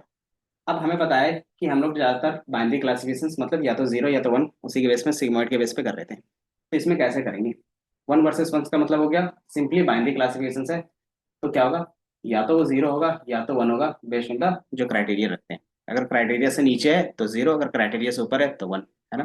तो ये वन वर्सेस वन का हो गया, इसमें कोई प्रॉब्लम नहीं है, ठीक है। अब वन वर्सेस रेस्ट का भी यूज करते हैं। जब हमारे पास इस तरीके से क्लासिफिकेशन रहेगा, है ना, तो डायरेक्टली हम सबकी प्रोबेबिलिटी निकाल लेंगे, है ना। तो इसमें जो कॉम्बिनेशन चेक होगा कि हॉर्स की क्या प्रोबेबिलिटी होगी विथ रिस्पेक्ट टू अदर्स, ठीक है। हो क्या, सी, डी और डॉग, ठीक है। तो ये क्या बन गया, ये हमारा जीरो बन गया मान लेते हैं, और ये वन बन गया, ठीक है। तो जो कंबाइंड प्रोबेबिलिटी होगी एक अलग में रखेगा और इसका एक अलग रखेगा। इसी तरीके से दूसरा कॉम्बिनेशन बनाएगा वो किसका, काव का, और इसी तरीके से हॉर्स, डॉग और डियर इसका बनेगा। इसी तरीके से तीसरा बनेगा, ठीक है। तो चार कॉम्बिनेशन बनेंगे। तो ये क्या करता है, चार कॉम्बिनेशन इस तरीके से बनाता है जिसकी प्रोबेबिलिटी फिर ज्यादा रहती है, उसको वो क्या करता है, क्लासीफाई कर देता है ना। और ये क्या होता है कि हर एक डेटा पॉइंट के लिए बार बार चेक करता है, ट्रेनिंग के टाइम में, टेस्टिंग के टाइम में क्या होगा, सिर्फ सिंगल डेटा पॉइंट के लिए करता है ना? तो ये टाइम कंज्यूमिंग रहता है। तो ये आपको कुछ नहीं करना होता, सिंपली आप सिर्फ क्या करते हो, वहां पे ओवीआर लिख देते हो, ऑटोमेटिकली ये यूज कर लेता है, और इसको ऑप्टिमाइज एल्गोरिथम जो उसके अंदर लिखा हुआ रहता है वो उसके बेस पे कैलकुलेट करता रहता है, ठीक है। आपको एक्स्ट्रा कुछ भी करने की जरूरत नहीं पड़ती, ठीक है। देखो लाइब्रेरी का सबसे बेस्ट पार्ट ये है कि आपको पैरामीटर यूज करना होता है, ठीक है। कैलकुलेशंस के लिए आपको कुछ भी यूज नहीं करना, कैलकुलेशंस के लिए आपके पास क्या है, आपका लैपटॉप है ना। तो कॉन्सेप्ट अप्लाई करने के लिए आपको पता होना चाहिए, ठीक है। और कॉन्सेप्ट अप्लाई करने के लिए एल्गोरिथम क्या बोलते हैं, लाइब्रेरीज, ठीक है। तो लाइब्रेरी अप्लाई करोगे तो कॉन्सेप्ट अप्लाई होगा, कैलकुलेशंस के लिए हमारा सिस्टम है। तब हमारा काम क्या रहा, दूसरा कि कौन सा कॉन्सेप्ट कहाँ पे लगेगा वो याद रखना है आपको, ठीक है। तो ये दो चीजें रहती है जो एज ए ह्यूमन हम करते हैं, अगर वो मशीन भी करने लगा तो फिर अच्छी बात है। नहीं, एआई जॉब नहीं खाता, एआई जॉब को ट्रांसफॉर्म कर रहा है, ठीक है। अब कब यूज करना चाहिए एसवीएम, जब ज्यादा ट्रेनिंग डेटा नहीं होगा, ठीक है। क्योंकि कंप्यूटेशनली क्या होगा, हैवी होगा, इसमें कंपटीशन ज्यादा होते हैं। क्यों कंपटीशन इसमें ज्यादा क्यों होगा, बता सकते हो? कंप्यूटेशन का मतलब क्या होता है ये बताओ पहले, कि उसके अंदर जो कैलकुलेशंस होगा वो ज्यादा होगा। कि मान लो आपके पास 1000 डेटा पॉइंट है, तो 1000 डेटा पॉइंट के बेस पे एक नया कॉलम बनेगा, तो मतलब 1000 कैलकुलेशंस होगा, है ना। इसी तरीके से 10,000 है तो 10,000 कैलकुलेशंस होगा। देन उसके बाद फिर क्या होगा, मॉडल फिट होगा, मतलब आपका डबल डबल काम लग रहा है इसमें, है ना। तो इसीलिए क्या होता है, कंप्यूटेशनल हैवी होता है, ठीक है। एंड दूसरा क्या है, million instance could be upper boundaries of training SVM, ऐसा कुछ नहीं है। दूसरा हमारे पास क्या है, ज्योमेट्रिक इंटरप्रिटेशन, ठीक है। ज्योमेट्रिक इंटरप्रिटेशन का मतलब क्या हो गया, कि आप इजीली क्या कर सकते हो, विजुअलाइज कर पा रहे हो कि हमारा ये हायर डायमेंशंस में इस तरीके से हो सकता है। क्योंकि अगर वो प्लेन नहीं बना पाएगा, अगर मान लो प्लेन के बेस पे भी सेपरेट नहीं कर पा रहा है, तो ये फायदा नहीं करेगा, है ना। तो थोड़ा सा आपको क्या करना पड़ता है, अपना ट्यूनिंग बिठाना पड़ता है कि हाँ ये डेटा इस तरीके से जा सकता है।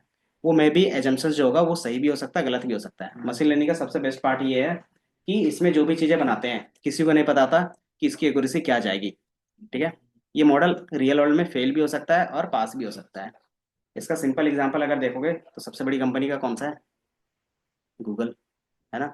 उसने जब अपना एआई लॉन्च किया था तो उसका ये क्या, एआई क्या हो गया था, फेल हो गया था, है ना। तो जब इतनी बड़ी कंपनी है जो अपना एआई लॉन्च करती है, तो उसका जब फेल हो सकता है, तो हमारा क्या है, बेसिक पे रहेगा। तो ये चीज़ क्या रहेगा, चलता रहता है, ठीक है। कि आप ये एज्यूम नहीं कर सकते कि जो हमने मॉडल बनाया है वो बेस्ट बनेगा, ठीक है। तो वो चीज़ यहाँ पे भी रहती है, ठीक है।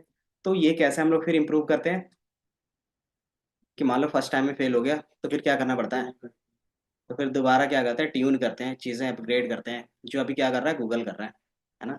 अगर देखोगे तो गूगल ने क्या किया, हर एक फील्ड में अपना कुछ ना कुछ एआई टूल ला दिया है ना। तो मतलब 2-3 साल में इन्होंने क्या किया, कम बैक किया अभी, है ना। तो ये चीज़ रहता है कि आपको रेगुलर उसमें फिर काम करते रहना पड़ता है ना। तो उसके पास पैसा है तो वो काम करता है, आपके पास नहीं रहेगा। अगर जिस कंपनी में काम कर रहे हो, अगर एक दो मॉडल गलत बना दिया, हम्म, भगा देंगे। और दूसरा, देखो इसमें ना पैसा जो जाता है ना वो रिसोर्स पे जाता है। अगर उसका इन हाउस रिसोर्स रहेगा, रिसोर्स का मतलब उसके पास हार्डवेयर अच्छा है, डेटा अच्छा है, तो निकालने की जरूरत नहीं पड़ेगी, क्योंकि आप क्या कर सकते हो, सारे एक्सपेरिमेंट कर सकते हो हीट एंड ट्रायल के बेस पे, है ना। मशीन लर्निंग में जो ज़्यादातर यही चलता है, सबको पता है। लेकिन अगर उसके पास रिसोर्स ही नहीं है तो क्या होगा, टाइम ज़्यादा लगेगा उसको। और उसके पास अगर क्या होगा, टाइम भी नहीं है तो थर्ड पार्टी यूज़ करेगा फिर वो, ठीक है। तो जो थर्ड पार्टी क्या होते हैं, जो बोलते हैं ना कि एमएल इंजीनियर्स हायर करते हैं, तो वो थर्ड पार्टी वाले रहते हैं कि आपके पास जो भी काम रहता है मुझे दे दो, बाकी मेरा रहेगा, बस आप क्या करोगे, कॉन्ट्रैक्ट के बेस पे पैसा दे दो, ठीक है। तो ज़्यादातर फिर कॉन्ट्रैक्ट बेस में ये आजकल स्विच होते हैं धीरे धीरे, ठीक है। और इसमें जरूरत पड़ेगी पैरामीटर ट्यूनिंग की, कि सी की वैल्यू क्या रखना है, कौन सा कैरनाल रखना है, वो बार बार हाइपर पैरामीटर ट्यूनिंग करके देखना पड़ेगा आपको, ठीक है। तो ये दो चीज़ें रहती हैं, ठीक है। बाकी आपको पता है कैसे यूज़ करना है। तो मैंने वही पुराना डेटा ही यूज़ किया, आयरिस वाला, जिसमें क्या होगा, क्लीनिंग का कोई भी झंझट नहीं होता, ठीक है। तो मैंने सिर्फ वही यूज़ किया है। हटा दिया मैंने, दोबारा रन करना पड़ जाएगा सारे आउटपुट थे, ठीक है।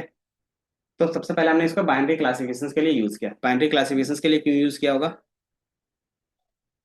क्योंकि आपके पास दोनों है ना, कि वन वर्सेस रेस्ट और वन वर्सेस वन का दिखाना था, इसलिए मैंने दोनों यूज़ किया। तो पहले बाइनरी बना दिया है, फिर हमने क्या किया कि हमारा मल्टी था तो मल्टी भी बना के दिखाया।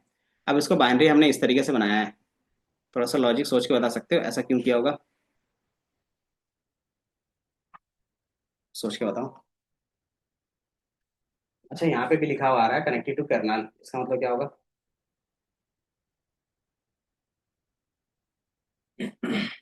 हम्म, तो अगर आप टेक्निकल फील्ड पे जाओगे ना, तो कर्नल का मतलब होता है कंप्यूटर ब्रेन, ठीक है। तो चूंकि ये क्या है कि हम पाइथन रन कर रहे हैं, तो पाइथन का जो भी ब्रेन है वो कहाँ पे है, तो उसका पाइथन 3.13 जो जिसमें हमने इन्वायरमेंट में इंस्टॉल किया होगा, ठीक है। तो वो रहता है, ठीक है। तो टेक्निकल मूवीज देखते हैं तो ज्यादातर वहां पे जो ब्रेन यूज करते हैं ना, इसका करनाल क्या होगा, अपने आप काम कर रहा है, मतलब खुद से सोच पा रहा है। ठीक है। तो ये फाइल होगा, एक बार डाउनलोड करो और एक बार रन करके देखो थोड़ा सा, और ये चीजें थोड़ा सा एक्सप्लेन करने का ट्राई करो कि हम लोगों ने यूज इस तरीके से क्यों किया है, ठीक है।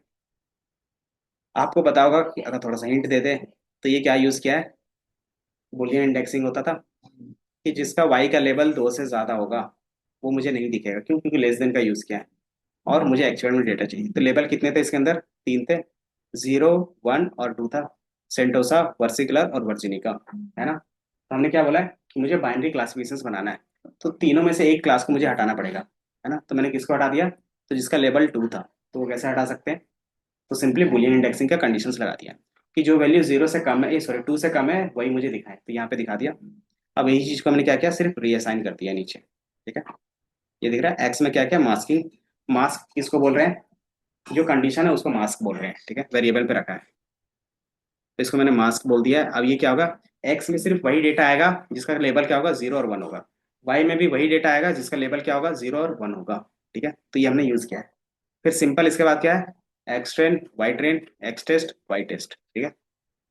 देन एसवीएम और नॉर्मल आप रखते थे, तो बाय डिफॉल्ट वैल्यू यही रहता है, इसलिए मैंने लगा के रखा है। देन ये हमारा बन गया, देन फिट, एंड देन क्या करते थे, प्रिडिक्ट करते थे, है ना। क्योंकि ये अच्छा, एसवीएम में अगर देखोगे, इधर के इंपोर्ट किया था हमने एसवीएम ऊपर में, एक सेकेंड, ये दिख रहा है कि एसके लर्न, क्योंकि साकेट लर्न ही सारा चीज यूज कर रहे हैं, तो एसके लर्न के अंदर एक मॉड्यूल होगा, सब मॉड्यूल एसवीएम का, एंड देन एसवीएम के अंदर क्या रहेगा, एसवीसी और एसवीआर। एसवीसी का मतलब क्या हो गया, सपोर्ट वेक्टर क्लासिफिकेशन, क्लासिफायर, ठीक है। और एसवीआर का मतलब क्या हो गया, सपोर्ट वेक्टर रिग्रेशन। तो ये दोनों काम करते हैं, ठीक है। अगर आपको क्लासिफिकेशन यूज करना है तो एसवीसी, अगर क्या रिग्रेशन यूज करना है तो एसवीआर, ठीक है। एक बार जल्दी से ट्राई करो, कोड के लेवल पे इतना ही कोड आएगा, ठीक है, क्योंकि अभी अलग अलग इंप्लीमेंट करना है तो दिखा रहे हैं।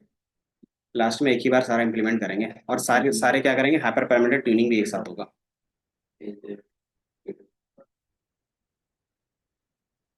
हम्म, ये फाइल मिला, एक बार रन करो और देखो क्या है। इसके जस्ट नीचे देखोगे ना तो इसका विजुअलाइजेशन भी होगा मेरे ख्याल से, है ना। अब इसमें मैंने बताया था कि आपको अगर साथ ही साथ क्या करना है, बैकग्राउंड भी कलर रखना है। तो बैकग्राउंड कलर करने के लिए हमारे पास काउंटर ऐप का एक क्या होता है, क्या बोल सकते हैं, एक प्लॉटिंग होता है। ठीक है, वो क्या कहता है कि जो भी इसके अंदर इक्वेशन पास करोगे, उस इक्वेशन के बेस पे क्या करेगा, उसको अलग अलग कलर में डिफाइन कर देगा। ठीक है, तो वो प्लॉटिंग होता है। तो प्लॉटिंग के बारे में, अब इस प्लॉटिंग में क्या क्या चाहिए होता था, एक्स एक्सिस, वाई एक्सिस और जेड एक्सिस। और ये एक्स वाई जेड कहाँ से ला रहे हैं, तो यहाँ पे मैंने सारा डिफाइन कर दिया है। ठीक है, तो इसके बारे में थोड़ा सा, अगर आपको ये चीजें कि काउंटर ऐप होता क्या है, उसको किस तरीके से यूज करते हैं, तो उसका डिटेल यहाँ पे आपको मिल जाएगा, इसका यूआरएल भी है। ठीक है, आप उसको रीड आउट भी कर सकते हैं।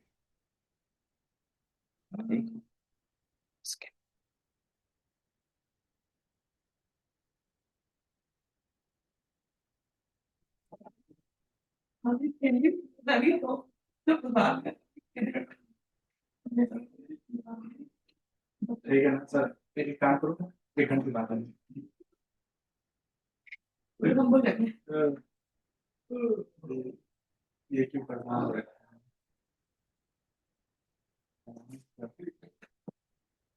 ऋषि ऋषिराज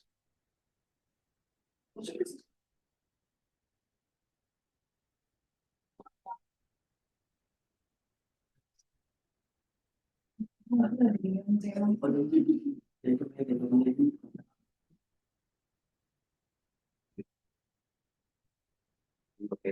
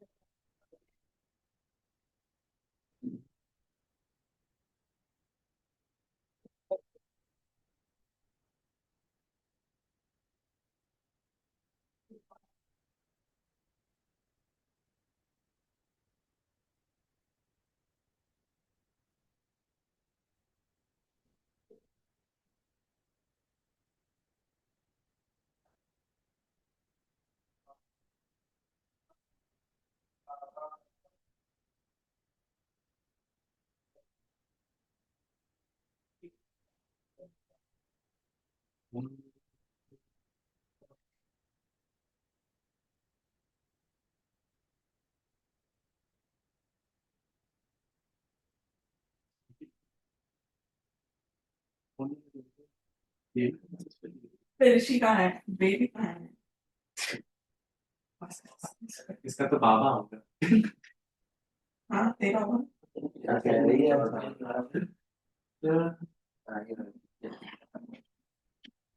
मुझे नहीं पता यार, मुझे मौका प्रोजेक्ट में क्या करना है। कहते हैं कि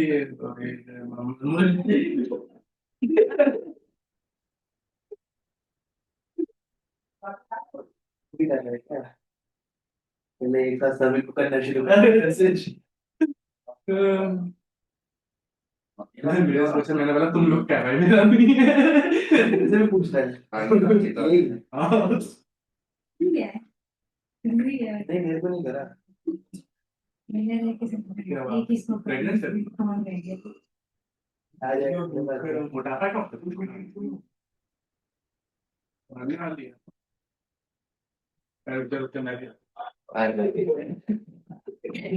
हम साथ साथ 2 3 काम बिगाड़ना चाह रहा, 3 बिगाड़ा बेटा, उससे बोला ही नहीं मैंने। मैं तो 2 काम बिगाड़ा।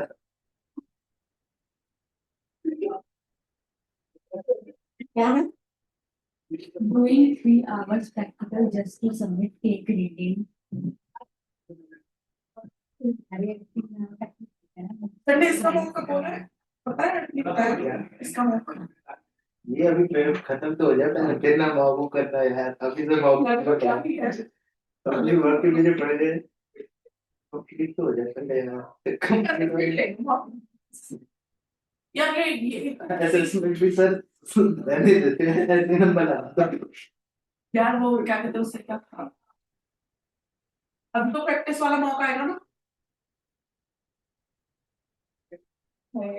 यार तू जब ऐसे कर रहा था हमें तो क्या है, मुझे बताना चाहिए था कि तो क्या ऐसे क्या, ये मैंने पढ़ा ही नहीं है, अभी पिछले कुछ दिन से पढ़ाई हो ही नहीं रही मैंने भी नहीं पढ़ा, है। मेरा तो पेपर चल है अब, नहीं पढ़ा।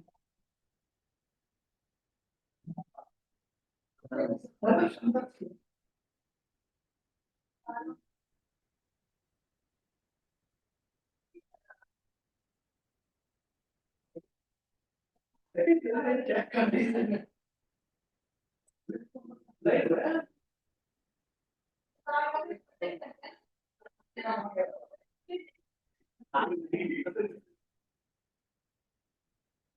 करने क्या है पीएम बस प्रोजेक्ट टाइम तो है जो अभी इनका हुआ था पिछले अगले बैच का। मतलब मॉडल प्रोजेक्ट के बारे में वही है। Hello hello. मेरे को कोई तो कोई नहीं होगा, पूछा। तो सो रहे हो। मैं भी तो है मेरे को तो कोई नितिन नितिन। मैं निकली नहीं। हाँ बोल भाई। हंसने के लिए तो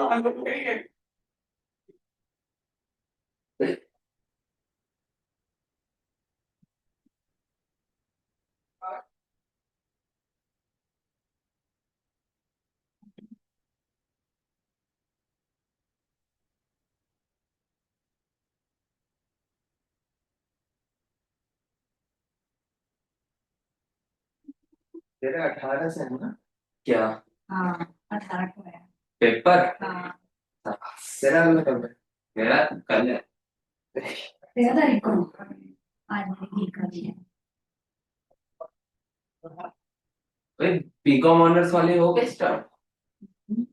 पेपर ऐसा लग रहा है, हाँ ऐसा लग रहा है कि 7 दिन से सोया नहीं हूँ, आंखें के नीचे ऐसे खाने कर रखे। आज से हाँ मेरी दीदी का पता है क्या हुआ 12 तारीख को, मतलब उसने देखा 12 तारीख को था एग्जाम, फिर उसने अगले दिन देखा वाया एग्जाम, फिर 12 तारीख वाला एग्जाम उड़ गया, फिर उसने दोबारा देखा फिर आ गया 12 तारीख का एग्जाम।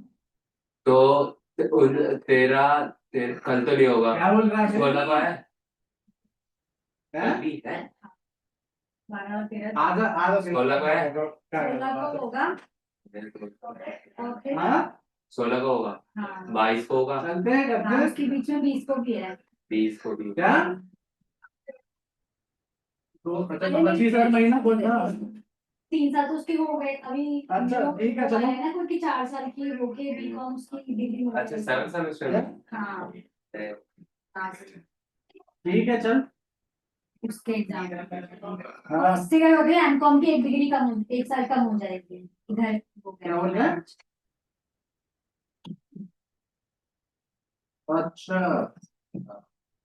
कोई नहीं भाई, दिसंबर तक प्रैक्टिस कर। कर चल ठीक है सर, आ रहे हैं। करना भाई।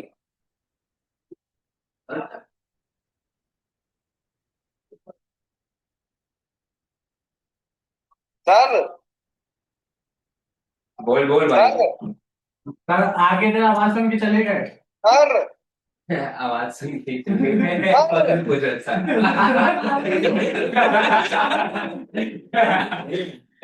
दादा ने वो दे दिया कह रहे अब चलते हैं उस पे दिला था नहीं ऐसे मतलब बढ़िया है वो लेकिन लेंगे मतलब रॉयल एनफील्ड की प्रॉपर आगे लेने की कोशिश कर रही है। मामा आपसे ज्यादा वो नहीं पता मामा इनकी शक्ल देखनी है। मैडम है मैडम। क्योंकि ना सर ये है।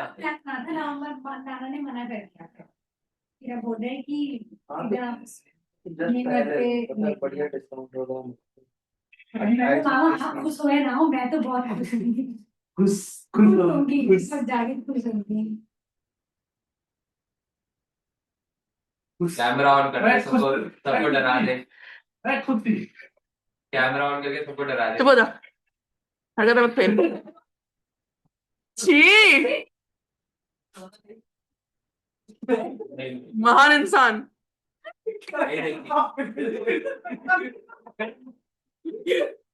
कितना बदतमीज है तुम लोग। प्रॉपर प्लान में ये देख ये बोल किस तरह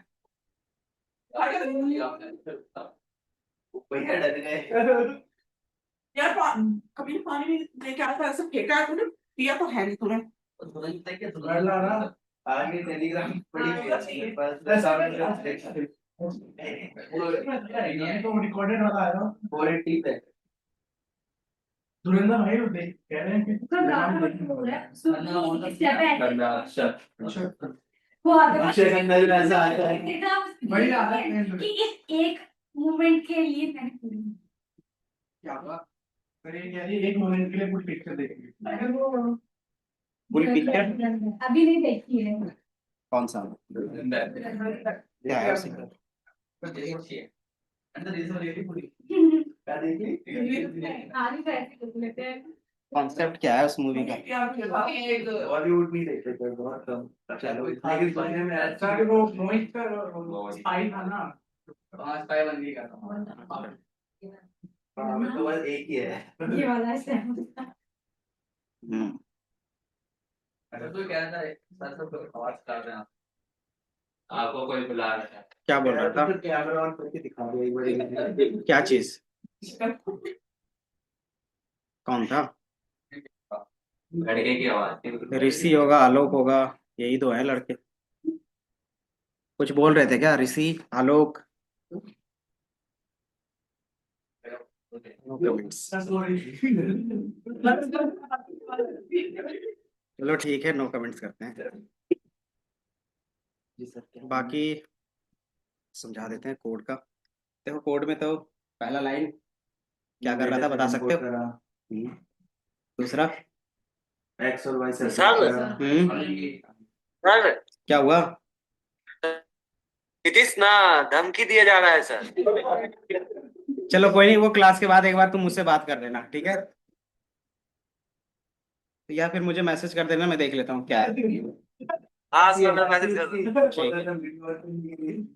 चलो इधर देखो अब, ठीक है? अब यहाँ पे हमने क्या किया है, एक्स और वाई को अलग किया है एंड देन हमने कंडीशंस लगाया था। क्यों लगाया था? क्योंकि मुझे एक बाइनरी क्लासिफिकेशंस का पहले दिखाना था, फिर मल्टी का दिखाना था, ठीक है? सर ये कंडीशन क्या है, मतलब वाई के ब्रैकेट में वाई ये तो क्या बोलते थे, याद है तुम्हें? आता था इसको, क्या बोलते थे? बुलियन इंडेक्सिंग बोलते थे। हम्म। जो ट्रू एंड फॉल्स के बताता था, और उसमें मुझे एक्चुअल डेटा चाहिए था, तो क्या करते थे? जो उसका वेरिएबल था उसको पास कर देते थे कि किसमें डेटा है, तो जहाँ पे ट्रू होता था उसकी वैल्यू मुझे मिल जाती थी, फॉल्स वाले का नहीं मिलता था, है ना? तो स्टार्टिंग के ट्रू यहाँ तक है तो आपको यहाँ तक का डेटा मिल जाएगा, बाकी जो फॉल्स है वो नहीं मिलेगा, है ना? अब इसी चीज को हम लोग कर क्यों रहे हैं? क्योंकि मुझे बाइनरी बनाना था, या तो जीरो होना चाहिए या तो वन होना चाहिए। टू वाला को हमने क्या किया, इस कंडीशन से हटा दिया। कैसे हटाएंगे? तो दोबारा रीअसाइन कर देंगे बस, ठीक है? तो हमने यहाँ पे क्या किया है, ये जो कंडीशन है उसको एक वेरिएबल में रख दिया जिसका नाम क्या रखा है, मास्क। और वही हमने एक्स में पास किया कि जहाँ पे इसकी वैल्यू टू से ज्यादा होगी वही वाला क्या करना है, एक्स लेना है और उसी का वाई भी लेना है, ठीक है? टू वाले का ना ही एक्स लेना है ना ही वाई लेना है। एंड देन आप इसको प्रिंट करके देख सकते हो, एक्स पे जो डेटा होगा, ठीक है? ये तो ये आपको दिखेगा, ठीक है? अच्छा एक और चीज था यहाँ पे भी हमने एक्स में ना दो ही कॉलम लिए हैं। क्यों लिया होगा? दो कॉलम लिए या कितने कॉलम लिए? दो ही है। कैसे पता चल रहा है? ये हम्म? स्लाइसिंग कर रखे हैं ना। हाँ तो क्यों किया होगा? क्यों किया हो? क्यों? क्योंकि सर हमारा वो 0 1 पे ही देते हैं ना, या तो दो ही वैल्यू देते हैं। तो ये तो लेबल है ना, एक्स फीचर्स हो गए। फीचर्स तो चार थे ना, ऊपर में देखोगे तो चार फीचर्स थे, एक दो तीन चार, ठीक है? हाँ। अब यहाँ पे हमने क्या किया था, स्पिंडल का लेंथ लिया है और स्पिन का विड्थ लिया है बस, और एक हमारा जो आगे जाके एक वाई बना है वो वाई बस ले लिया है, ठीक है? तो यहाँ पे दो ही एक्स क्यों ले रहे होंगे? क्योंकि मुझे विजुअलाइज भी तो करना है, और विजुअलाइज अभी 2D हमें आता है, तो 2D विजुअलाइजेशन के लिए क्या करना पड़ेगा? दो ही एक्स होंगे, या तो x1 होगा या तो x2 होगा, है ना? और चूंकि ये y है, ये क्या बनेगा, कलर का लेबल बनेगा और कुछ नहीं, है ना? तो ये तो कलर बनेगा, तो मुझे क्या करना था, 2D में प्रिंट करना था। अगर मैं तीन कॉलम रखता हूँ, क्या x3 भी रखता हूँ तो बन जाएगा, लेकिन चार कॉलम रखूंगा तो बनेगा। या तो आप मैक्स टू मैक्स 3D में कर सकते हो या फिर 2D में कर सकते हो, है ना? तो बेसिक सिंपल रहता है 2D वाला। तो हमने क्या किया, 2D में प्रिंट करने के लिए दो ही कॉलम लिए, कोई भी कॉलम ले सकते हो, ठीक है? तो यही इसलिए हमने क्या किया, यहाँ पे 2D लिया है, ठीक? ताकि इसको x1 और x2 कर सकते हैं और उसके बेस पे ग्राफ बनेगा, जो नीचे वाला ग्राफ दिख रहे थे, ठीक है? तो यहाँ पे जो दिख रहा था ना ग्राफ नीचे वाला, इधर ये, ठीक है। तो स्पिटल का लेंथ और स्पिटल का विड्थ, और ये जो कलर है लेबल का है, ठीक है। क्यों? क्योंकि जो हमारे लेबल थे दो थे, तो एक रेड बन रहा है और एक ब्लू बन रहा है, ठीक है। तो यही चीज हमने क्या किया वहां पे किया है, ठीक है। तो सेपरेट क्यों किया है वो पता चला कि हमने दो ही कॉलम क्यों लिए, फॉर विजुअलाइजेशन, ठीक है। कि आप मॉडल फिट करते हो तो दो से ज्यादा तीन चार रखोगे तो उसमें आप विजुअलाइज नहीं कर सकते, है ना। लेकिन हाँ, मॉडल आप बना सकते हो, कोई प्रॉब्लम नहीं है। लेकिन अगर वो विजुअलाइज करके देखना तो इसी तरीके से। यहाँ पे हमने अपना करनाल यूज किया है। करनाल में कोई भी करनाल यूज कर सकते हो, SVM fit then predict. Accuracy check करते हैं, एक्यूरेसी चेक करने के लिए हमारे पास सिंपल रहता था एक्यूरेसी स्कोर का, है ना। इसके अलावा हमारे पास दो तीन और रहते थे, कौन कौन सा? R2 स्कोर क्लासिफिकेशन का था, किसका था? क्लासिफिकेशंस के और कौन कौन से थे? एक्यूरेसी मैट्रिक्स बताओ।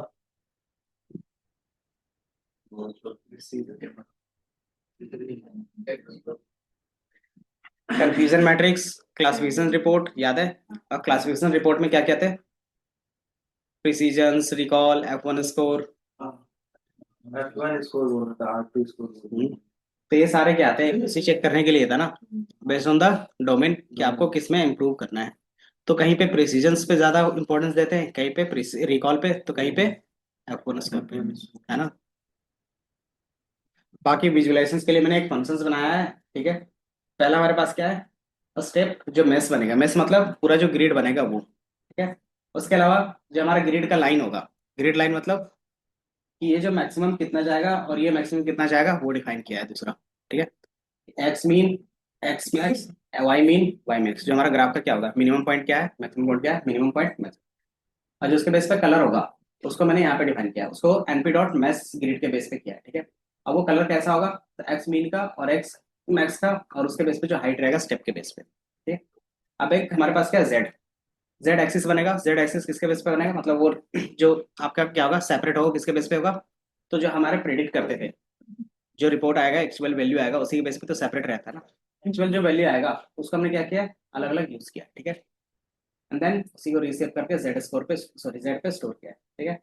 प्लॉटिंग के लिए हमने डिसीजन बाउंड्री बनाना था और एक मार्जिन बनाना था। तो डिसीजन बाउंड्री के लिए हमने क्या किया, एग्जैक्ट लिया है, और उसका डिसीजन बाउंड्री के बेस पे क्या करना था, कलर करना था। तो कलर के लिए हम लोग ने क्या यूज किया, काउंटर एफ प्लॉट, ठीक है।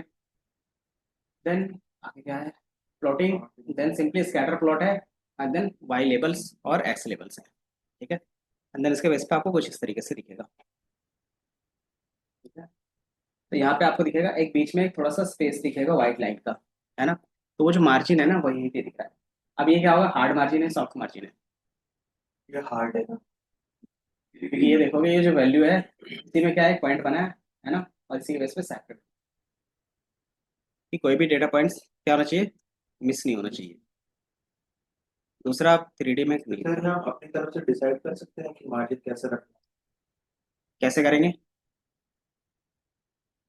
बताया तो था। है। हाँ, उस सी की वैल्यू, की वैल्यू कम ज्यादा कर सी की वैल्यू ज्यादा करके, जितना कम होगा उतना हाँ। ज्यादा सॉफ्ट मार्जिन होगा और तो ज्यादा। अगर आप सी की वैल्यू रिड्यूस करते हो तो एक बार किधर गया, ट्रेनिंग कहाँ पे किया था, ये था ना। इसको मैं थोड़ा सा कम कर देता हूँ, 0.001। इसको मैं दोबारा फिट कर लेता हूँ, दोबारा ट्रेन, दोबारा सारे वैल्यूज, और उसके बेस पे प्लॉटिंग। प्लॉटिंग में थोड़ा सा टाइम लगता है। अरे कुछ ज़्यादा ही मिसक्लासीफाई हो गया। ये तो तीसरी क्लास से बन गई सर, आए, व्हाइट कलर की। नहीं ये नीचे वाला है, अच्छा वही है ना। हम्म। तो आपको सी की वैल्यू थोड़ा सा कम रखना पड़ेगा, मतलब इतना भी कम नहीं कर देना था, ठीक है। मैंने क्या किया, 0.001 कर दिया है ना, 0.01 में।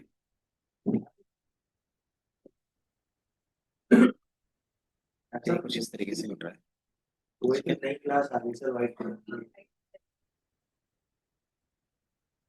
वो 1 की जगह 100 कर दे तो। तो बेस्ट फिट लाइन तो वही था ना, तो वही रहेगा, उससे ज़्यादा तो हो नहीं सकता ना ओवर फिट। या तो क्या होगा, इसमें लीनियर यूज़ किया है ना, तो इसके एक्यूरेसी को चेंज करने के लिए आप आरबीएफ का यूज़ कर सकते हो, तो कुछ ना कुछ एक्यूरेसी आपको देगी, ठीक है। लीनियर का मतलब क्या है कि स्ट्रेट लाइन के बीच में ही सेपरेट कर पाता है वो, ठीक है। जैसे मान लो आरबीएफ यूज़ करना चाहते हो, आर बी एफ, इसको मैंने रन कर दिया, सेम पैरामीटर पे सेम वैल्यू पे, तो इसको मैंने यहाँ पे थोड़ा सा ये टैग लेगा प्लॉटिंग के लिए, थोड़ा सा ही करूँगा, मतलब सी की वैल्यू आप क्या कर सकते हो, चेंज करोगे, है ना। तो सी की वैल्यू इसी तरीके से क्या होता है, आपको बार बार हाइपर पैरामीटर ट्यूनिंग करके देखना पड़ेगा। सॉफ्ट मार्जिन, और सॉफ्ट मार्जिन। सॉफ्ट मार्जिन कुछ ज़्यादा ही है। तो ये चीज़ को हम बार बार यहाँ से आगे चेंज कर रहे हैं, यही चीज़ को हम क्या कर सकते हैं, एज अ डिक्शनरी एक ही में रख देंगे पूरा रेंज, है ना, और उसको क्या करेंगे, चला देंगे ग्रिड सर्च के थ्रू या रैंडम सर्च के थ्रू, तो उसमें से जो बेस्ट आएगा वो आपको ला के दे देगा, ठीक है। और बाय डिफॉल्ट बेस्ट कौन सा है, तो अभी वन ही रहेगा क्योंकि हम लोगों ने पहले ही देखा था, है ना। तो ये आपको कुछ इस तरीके से दिखेगा जो भी हमने किया, ठीक है। इसके अलावा हम क्या कर सकते हैं, मल्टी क्लास क्लासिफिकेशन के लिए बना सकते हैं। मल्टी क्लास के लिए हमें क्या चाहिए होगा, बस जो पुराना था 2B वो भी हमें चाहिए, तो मैंने दोबारा डेटा लोड करके क्या किया, एज इट इज रख दिया, ठीक है। एंड देन आपका इतना ही कोड था जो उस समय भी यूज किया था, सेम कोड को मैंने दोबारा यहीं पे एक ही जगह पे रख दिया, एक तरह ट्रेन पे। डेटा लोड किया, स्प्लिट किया, एक क्लासीफायर बनाया, ट्रेन किया, प्रेडिक्ट किया, एक्यूरेसी चेक कर रहे हैं, एंड देन प्लॉटिंग कर रहे हैं, ठीक है। यही काम किया था पूरे का पूरा कोड में। अब उसके बेस पे आपको यहाँ पे एसवीएम में एक्यूरेसी दिखेगा, ठीक है, क्लासिफिकेशन से रिपोर्ट दिखेगा, और उसके बेस पे डिसीजन बाउंड्रीज दिखेगी, ठीक है ना। तो ये था प्रॉपर, तो ये एसवीएम का कुछ समझ में आया थोड़ा बहुत, जितना भी इसमें जो टर्म्स है ना वो याद रखना बस, क्योंकि इंटरव्यू में वही पूछते हैं। और इंटरव्यू वाला, अब देखो एमएल पे जाओगे तो इतने तो पूछेंगे ही, एमएल पे या फिर एआई का कोई भी फील्ड में चले जाओगे ना जहाँ पे एआई जॉब रोल होगा, अगर उसको कोर से मतलब होगा ना तो इसमें मशीन लर्निंग आएगा ही आएगा, ठीक है। अब इंटरव्यू में उतना नहीं पूछते हैं, और दूसरा फ्रेशर लेवल में अब उतना पूछते हैं कि नहीं पूछते मुझे भी नहीं आइडिया, क्योंकि जो भी अब आता है मेरे पास भी तो एक्सपीरियंस लेवल पे आता है ना। तो एक्सपीरियंस लेवल पे होता है कि मनी कैसे बचा सकते हो मेरा, ठीक है। और दूसरा जो मार्केट में नया ट्रेंड चल रहा है उसको आप अप्लाई कर पा रहे हो या नहीं कर पा रहे हो वो बताओ, ये रहता है एक्सपीरियंस वालों में, ठीक है। तो एक बार खुद से एक्सप्लोर करना पड़ेगा। बट जिस समय मैं मशीन लर्निंग के लिए 2021 में जितने भी इंटरव्यू दिए थे उसमें यही सारी चीज़ें पूछे जा रही थी, ठीक है। ये एल्गोरिदम क्या है, इसका काम क्या है, इसमें क्या है, बेस्ट एल्गोरिदम कौन सा हो सकता है, तो आँख बंद करके भी बताओगे ना कि डिसीजन ट्री और रैंडम फॉरेस्ट तो बेस्ट होता है, ठीक है। लेकिन क्यों होता है ये पूछ सकता है वो, है ना, क्योंकि उसको भी पता है ना कि रैंडम फॉरेस्ट बेस्ट आंसर देता है, लेकिन क्यों, तो फिर वो आपको एक्सप्लेन करना पड़ता है, क्योंकि आपने सही से पढ़ा है तो आप बता सकते हो।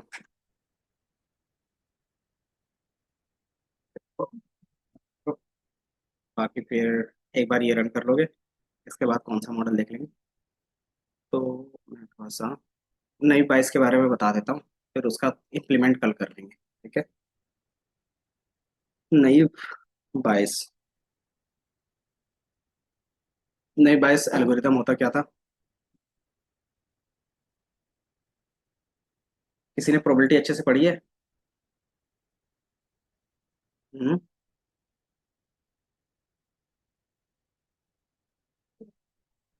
हाँ वही है, बेस थ्योरम ही है। वैसे होता था ना, क्या था, क्वेश्चंस रहता था नाइन्थ में कि हमारे पास क्या है, चार ग्रीन, फोर ग्रीन बॉल्स है, फोर रेड बॉल्स है, और दो बैग है ना। अब इसमें से बताओ कि हमने बैग वन उठाया है, अब बैग वन उठाने के बाद रेड बॉल की प्रोबेबिलिटी क्या होगी, इस तरीके से क्वेश्चन था, है ना। तो हम कंडीशन के बेस पे चेक करते थे कि अगर रेड क्या है, पहला बैग उठा लिया है तो रेड आने की प्रोबेबिलिटी क्या है वो आपको पता रहता है, मतलब गिवन रहता था। एंड देन उसके बाद क्या कहते थे, रेड की कितनी प्रोबेबिलिटी है वो रहता था। तो हमारा क्या था, नाइफ बायस के बेस पे, वो क्या बोलते थे, नाइफ बायस के बेस पे ही रहेगा, ठीक है। अगर इसका नाइफ बायस एमएल पे ही दिखा देते हैं ताकि कल थोड़ा सा इजी हो जाए इन मशीन लर्निंग, ठीक है। तो कोई आपको बेस्ट एग्जांपल मिल ही जाएगा कहीं ना कहीं, नाइफ बायस ट्यूटोरियल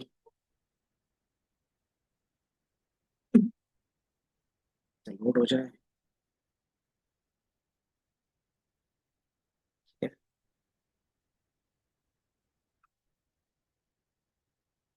जैसे यहाँ पे एक एग्जांपल दिया हुआ है, ठीक है। आप क्या कर रहे हो, सुबह उठे, एकदम फ्रेश हुए, दोपहर का टाइम हो गया, अब आपको क्या करना है, गोल्फ खेलने के लिए जाना है ना। तो गोल्फ खेलने के लिए जा रहे हो तो क्या क्या चीजें देख रहे हो, कि आउटलुक कैसा है, मतलब बाहर का मौसम कैसा है वो देखते हो, है ना। दूसरा, टेम्परेचर क्या है, ज्यादा गर्मी तो नहीं है, ज्यादा कोल्ड तो नहीं है, ये माइल्ड है। देन ह्यूमिडिटी कैसा है, देन हवा की स्पीड कैसा है ना। ये चार कंडीशंस करने के बाद ही आप डिसाइड करते हो कि मुझे गोल्फ खेलने जाना है या नहीं जाना है ना। तो ये क्या होगा कि आपकी गोल्फ खेलने की प्रोबेबिलिटी इन चार चीजों में डिपेंड कर रही है ना। तो अगर क्या है कि मान लो रेन है, हॉट है, और हाई क्या है, ह्यूमिडिटी है ना, और विंडी क्या है, ट्रू है, तो आपका चांसेस क्या है कि आप नहीं जाओगे, है ना, क्योंकि ये गिवन है। देन आपके पास क्या है, सनी है, कूल है, और नॉर्मल है, और क्या है, विंड ज्यादा नहीं है, तो आप क्या कर रहे हो, खेलने जा रहे हो, है ना। तो अगर मैं यहाँ पे सनी की जगह पे क्या कर दूंगा, रेनी कर दूंगा, तो आप क्या जाओगे, नहीं। तो आपका क्या हो सकता है, कंडीशन चेंज हो रहा है ना, चले जाओगे तो अच्छी बात है। सर एक में रेटिंग में तो जा रहा है कहाँ पे, फर्स्ट वाला। इस पे रेनी है, और इसमें कूल है, और इसमें हाई है, और इसमें क्या नॉर्मल है, इसमें फॉल्स है, इसमें फॉल्स। तो ये क्या होगा कि फिर आपको हर एक डेटा के बेस पे प्रोबेबिलिटी निकालनी पड़ेगी। ज्यादातर कम्युनिकेशन में विंड को लेके कहता है, अगर विंड ट्रू है तो नहीं जा रहा, विंड फॉल्स है। हम्म। तो विंड के बेस पे, इसमें तो विंड है तो जा रहा है। ओवरकास्ट। तो ये चीज क्या करते हो कि यस आने की प्रोबेबिलिटी क्या होगी, जब अगर ओवरकास्ट हो रहा होगा। देन यस आने की प्रोबेबिलिटी क्या होगी, जब मौसम कूल होगा। देन यस आने की प्रोबेबिलिटी क्या होगी, जब मौसम क्या होगा, विंड नॉर्मल होगा। विंड नहीं था, क्या था ये, ह्यूमिडिटी नॉर्मल होगी। एंड देन यस आने की प्रोबेबिलिटी क्या होगी, जब विंडी क्या होगा, हमारा true होगा, है ना। अब इन सबको आपस में कंबाइन करके, क्यों बताओ, प्रोबेबिलिटी में आपस में चारों कंबाइन क्यों होंगे, चारों की प्रोबेबिलिटी एक साथ क्यों कैलकुलेट होगी। चारों चीजें क्योंकि चारों हम एक साथ देख रहे हैं, इंडिविजुअल कोई नहीं है। अगर मैं गोल्फ खेलने जा रहा हूँ तो ये चार चीजें एक साथ देख रहा हूँ, है ना। जब चारों चीजें एक साथ करते हैं, एक प्रोबेबिलिटी के लिए कैलकुलेट होता तो मल्टीप्लिकेशन होता था, है ना। अगर इंडिविजुअल रहता तो हम प्लस का साइन लगाते हैं, है ना। तो वही चीज यहाँ पे भी रहेगा, ठीक है। तो सिंपली बाइस थ्योरम बोलता क्या है कि आप किसी भी कंडीशन के बेस पे क्या कर सकते हो, उसका प्रोबेबिलिटी निकाल सकते हो based on the previous condition, ठीक है। तो यहाँ पे सिंपल क्या है कि y की प्रोबेबिलिटी क्या होगी, जब हमारे पास क्या होगा, x गिवन होगा, मतलब जितने फीचर्स गिवन होंगे, है ना। अब यहाँ पे दूसरा में क्या है, likelihood probability of the feature x given class y। अगर y है तो x आने का चांस कितना था, है ना, वो आपके पास गिवन रहेगा, ठीक है। Then prior priority of class y होने की प्रोबेबिलिटी उस समय क्या थी, है ना। मार्जिनल लाइक्लीहुड और एविडेंस। एविडेंस का मतलब क्या हो गया, कि जो आपके पास गिवन होगा कि हमारे पास जो x है उसकी प्रोबेबिलिटी कितनी है, ठीक है। तो यही चीज है यहाँ पे, ठीक है। तो मान लेते हैं यहाँ पे क्या है, जो सैंपल है आपके पास x में क्या है, रेन है, हॉट है, हाई और फॉल्स है, और प्रोबेबिलिटी इसका कितना है, तो नो है ना। अब इसको कैलकुलेट कैसे करते हैं, तो एजम्पशंस यहाँ पे कुछ लिखा हुआ है, मतलब थ्योरम ही लिखा हुआ है। अब इस चीज को क्या कर सकते हो, यूज कर सकते हो, इसका कैलकुलेशन सही पे है ये रहा, ठीक है। तो एक्स हमारा क्या है, ये चार चीजें, अब इसके बेस पर प्रेडिक्ट करना है कि गोल्फ हम जाएंगे या नहीं जाएंगे, ठीक है। तो क्या क्या इन्होंने 14 रोज का डेटा मतलब स्टार्टिंग के उठा लिया, यस आने की प्रोबेबिलिटी कितनी है, टोटल यस आने की प्रोबेबिलिटी कितनी है, आपके पास टोटल कितना वैल्यू है, तो 14 रोज है, बोल सकते हो मतलब टोटल 14 वैल्यूज है, ठीक है। 14 में है तो उसमें से क्या है, यस आने की प्रोबेबिलिटी वाले कितने डेटा है, 9 है, तो उसकी प्रोबेबिलिटी अलग निकाल निकाल लिया, और नो आने की प्रोबेबिलिटी 5, है ना। अब इसके बाद क्या करेंगे हम, कंडीशन प्रोबेबिलिटी एक एक करके लगाएंगे, ठीक है। यहाँ पे सबके लिए एक एक करके लगाए, ठीक है। अगर हमारे पास क्या है, आउटलुक है, आउटलुक में क्या है, सनी है ना। तो out of yes, yes total कितने थे, 9 थे। अगर यस 9 है, मतलब अगर मैं बोलता हूँ कि मुझे बाहर खेलने जाना है, ठीक है, उसके बेस पे अगर मैं बाहर खेलने जा रहा हूँ, तो आउटलुक सनी है, इसकी प्रोबेबिलिटी कितनी है, 2/9 है ना। यही चीज सेम इसके लिए, अगर मुझे क्या करना है कि मौसम सनी है और मुझे नहीं खेलने जाना है, उसकी प्रोबेबिलिटी कितनी है, 3/5। इसी तरीके से टेम्परेचर का भी अलग निकाला है, नॉर्मल नॉर्मल का भी और फॉल्स का भी, और दोनों के लिए निकाला है, यस के लिए भी और नो के लिए भी, है ना। यही कंडीशंस निकाल दिया। अब इसके बेस पे क्या है कि सबको आपने मल्टीप्लाई कर दिया है कि हमें क्या करना है, खेलने जाना है। अब खेलने जाना है, इसकी प्रोबेबिलिटी क्या होगी, तो ये जो कॉलम का निकाला था सबको आपस में मल्टीप्लाई कर दोगे, तो जैसे मल्टीप्लाई करेंगे तो अप्रोक्स ये वैल्यू आएगी, है ना। एंड देन सेम किसके लिए किया हमने, तो नो के लिए भी किया है ना। तो आप बताओ किसकी प्रोबेबिलिटी ज्यादा आ रही है बाय डिफॉल्ट, अगर देखोगे अप्रोक्स तो तो यस की ज्यादा प्रोबेबिलिटी है, तो मतलब हम चले खेलने, ठीक है। तो यही चीज यहाँ पे है। अब इन्होंने थोड़ा सा नॉर्मलाइज किया है। नॉर्मलाइज का मतलब क्या था? नॉर्मलाइज का मतलब क्या होगा? इसकी वैल्यू को 0 से 1, अब ये वैल्यू जो है यहाँ पे कैलकुलेट किया था, ये 0 से 1 के बीच में है। दोनों पे अगर सम करोगे तो नहीं आ रहा है, नहीं आ रहा, 1 आ रहा है। नहीं आता है। तो इसको हम नॉर्मलाइज करते हैं। नॉर्मलाइज कैसे करते हैं? जिसका क्या होता है, टोटल वैल्यू होता है। प्रोबेबिलिटी क्या आता है? Desire divided by total. तो वही चीज क्या है, ये हमारा डिजायर है डिवाइडेड बाय टोटल। उसमें 75 और 24, तो ये देखो 100 है। तो अब क्या हो गया, खेलने की प्रोबेबिलिटी 75% है, नहीं खेलने की प्रोबेबिलिटी 24%। ठीक है। अब यही हमारा क्या हो गया, आज खेलने की प्रोबेबिलिटी अच्छा है। तो कौन कौन जा रहा है? ठीक है। तो ये सिंपल था कि बस आपको थोड़ा सा क्या होगा, बाइस थ्योरम याद रखना पड़ेगा। ठीक है। बाकी चीजें कैलकुलेट करना इजी है, कि आप सिंपली क्या करते हो, सबके लिए प्रोबेबिलिटी ही कैलकुलेट करते हो। कब?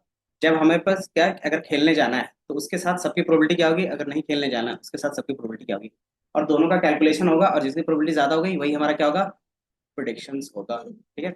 अब इसमें एक चीज रहता है, मशीन लर्निंग में नई बायस क्या होता है ना, हर एक के लिए सही से काम नहीं करता। जो नई बायस होगा वो रिग्रेशंस के लिए सही आंसर कभी भी नहीं करके देगा, क्लासिफिकेशन के लिए बेस्ट रहता है। ठीक है। आपको सबसे एडवांटेज, तो ये इजी टू इम्प्लीमेंट है, और कंप्यूटेशनली क्या एफिशिएंट है। इसमें ज्यादा कंप्यूटेशन नहीं लगता है, एक फॉर्मूला लगता है, फॉर्मूला के बेस पर अप्लाई होता है। ठीक है। Effective in case of large number of features, ज्यादा फीचर्स है तो क्या होगा, आपको ज्यादा कंप्यूटेशन करनी, जैसे एसवीएम था उसमें टाइम ज्यादा लगता है, इसमें आपको ज्यादा टाइम नहीं लगेगा।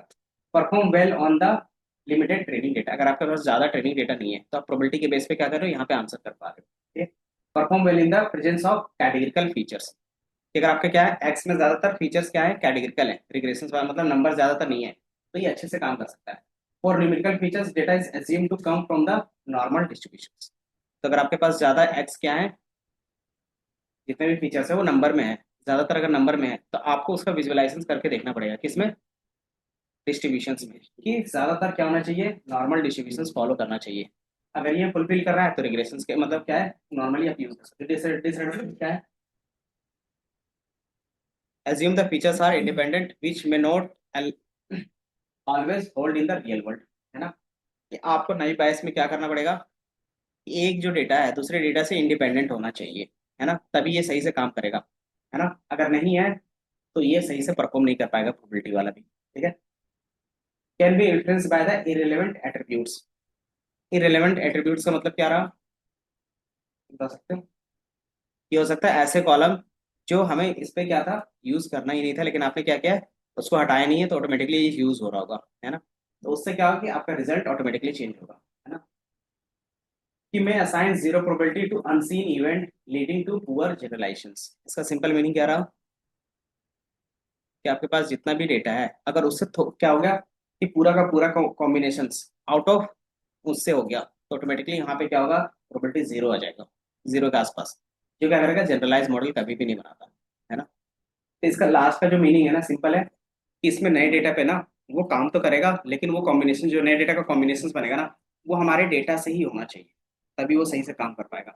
अगर प्रॉपर क्या रहा, कि जैसे रेनी था, एक था ना यहाँ पे, यहाँ से एक डेटा हटा देते हैं, इधर क्या, ये मान लो यहाँ पे हमारा गैस क्या है, कोल्ड है, माइल्ड है, और क्या है, हॉट है ना। हाँ, इसी जगह पे हॉट की जगह पे क्या आ गया, वार्म आ गया, है ना। तो ऑटोमेटिकली वहाँ पे प्रेडिक्शंस गलत होने के चांसेस रहेंगे, क्योंकि वो अनसीन डेटा है उसके लिए, है ना। क्योंकि वो क्या बोलेगा, प्रोबेबिलिटी निकालेगा, तो पूरे टोटल डेटा में वार्म कितने टाइम्स आया था, एक बार भी नहीं। वो तो टेस्टिंग में दिखाया ना, तो यहाँ पे एक बार भी नहीं आएगा, तो ऑटोमेटिकली क्या होगा, वो 0। तो आपने क्या किया यहाँ पे, मल्टीप्लीकेशन यूज करते हैं, अगर कोई भी नंबर 0 रहेगा तो सारा का सारा क्या होगा, 0 होने का चांसेस रहेगा, है ना। तो सारा का सारा क्या होगा, 0 हो जाएगा, और 0 हो जाएगा तो आपको पता ही नहीं चलेगा कि कौन से क्लास में जा रहा है ना। तो ये इफेक्ट करता है जब हमारे पास अनसीन डेटा आता है तो, ठीक है।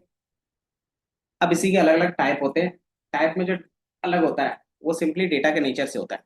ठीक है, फॉर्मूला सेम रहेगा, नेचर के हिसाब से क्या होगा, थोड़ा थोड़ा चेंजेस होगा। 3 टाइप्स के नई बायस में देखेंगे। पहला गॉसियन, गॉसियन का क्या होता है, कि इसका जो भी डेटा आएगा वो मान के चलता है कि उसके पास जो भी डेटा आ रहा है वो नॉर्मल डिस्ट्रीब्यूशन से। मल्टीनोमियल में क्या होगा, कि ये ज्यादातर आप टेक्स्ट टाइप के डेटा में काम कर रहे होगे, तो आप मल्टीनोमियल डेटा यूज कर सकते हो, ठीक है, मतलब टेक्स्ट क्लास के लिए। ठीक है। तीसरा है बर्नौली, बर्नौली में क्या रहता है, तो आपके पास अगर बाइनरी फीचर्स ज़्यादा है, बाइनरी मतलब क्या हो गया, 0 1 वाले फीचर्स ज़्यादातर हैं, तो आप बर्नौली यूज़ कर सकते हो। ठीक है, तो ये 3 हमारे पास थे, आप इसका यूज़ कर सकते हैं। अप्लाई करने के लिए क्या लिखते हैं, नई नई में अगर ये यूज़ करना है तो MB, ये यूज़ करना है BB, और ये यूज़ करना है तो GN, ये फिर GV बोल सकते हो। ठीक है, तो अप्लाई कर दोगे, वो ऑटोमेटिकली अप्लाई हो जाएगा। ठीक है, बाकी फिर इसका नेक्स्ट क्लास में देखेंगे। बाकी एक बार इसको रीड आउट कर लोगे और क्या।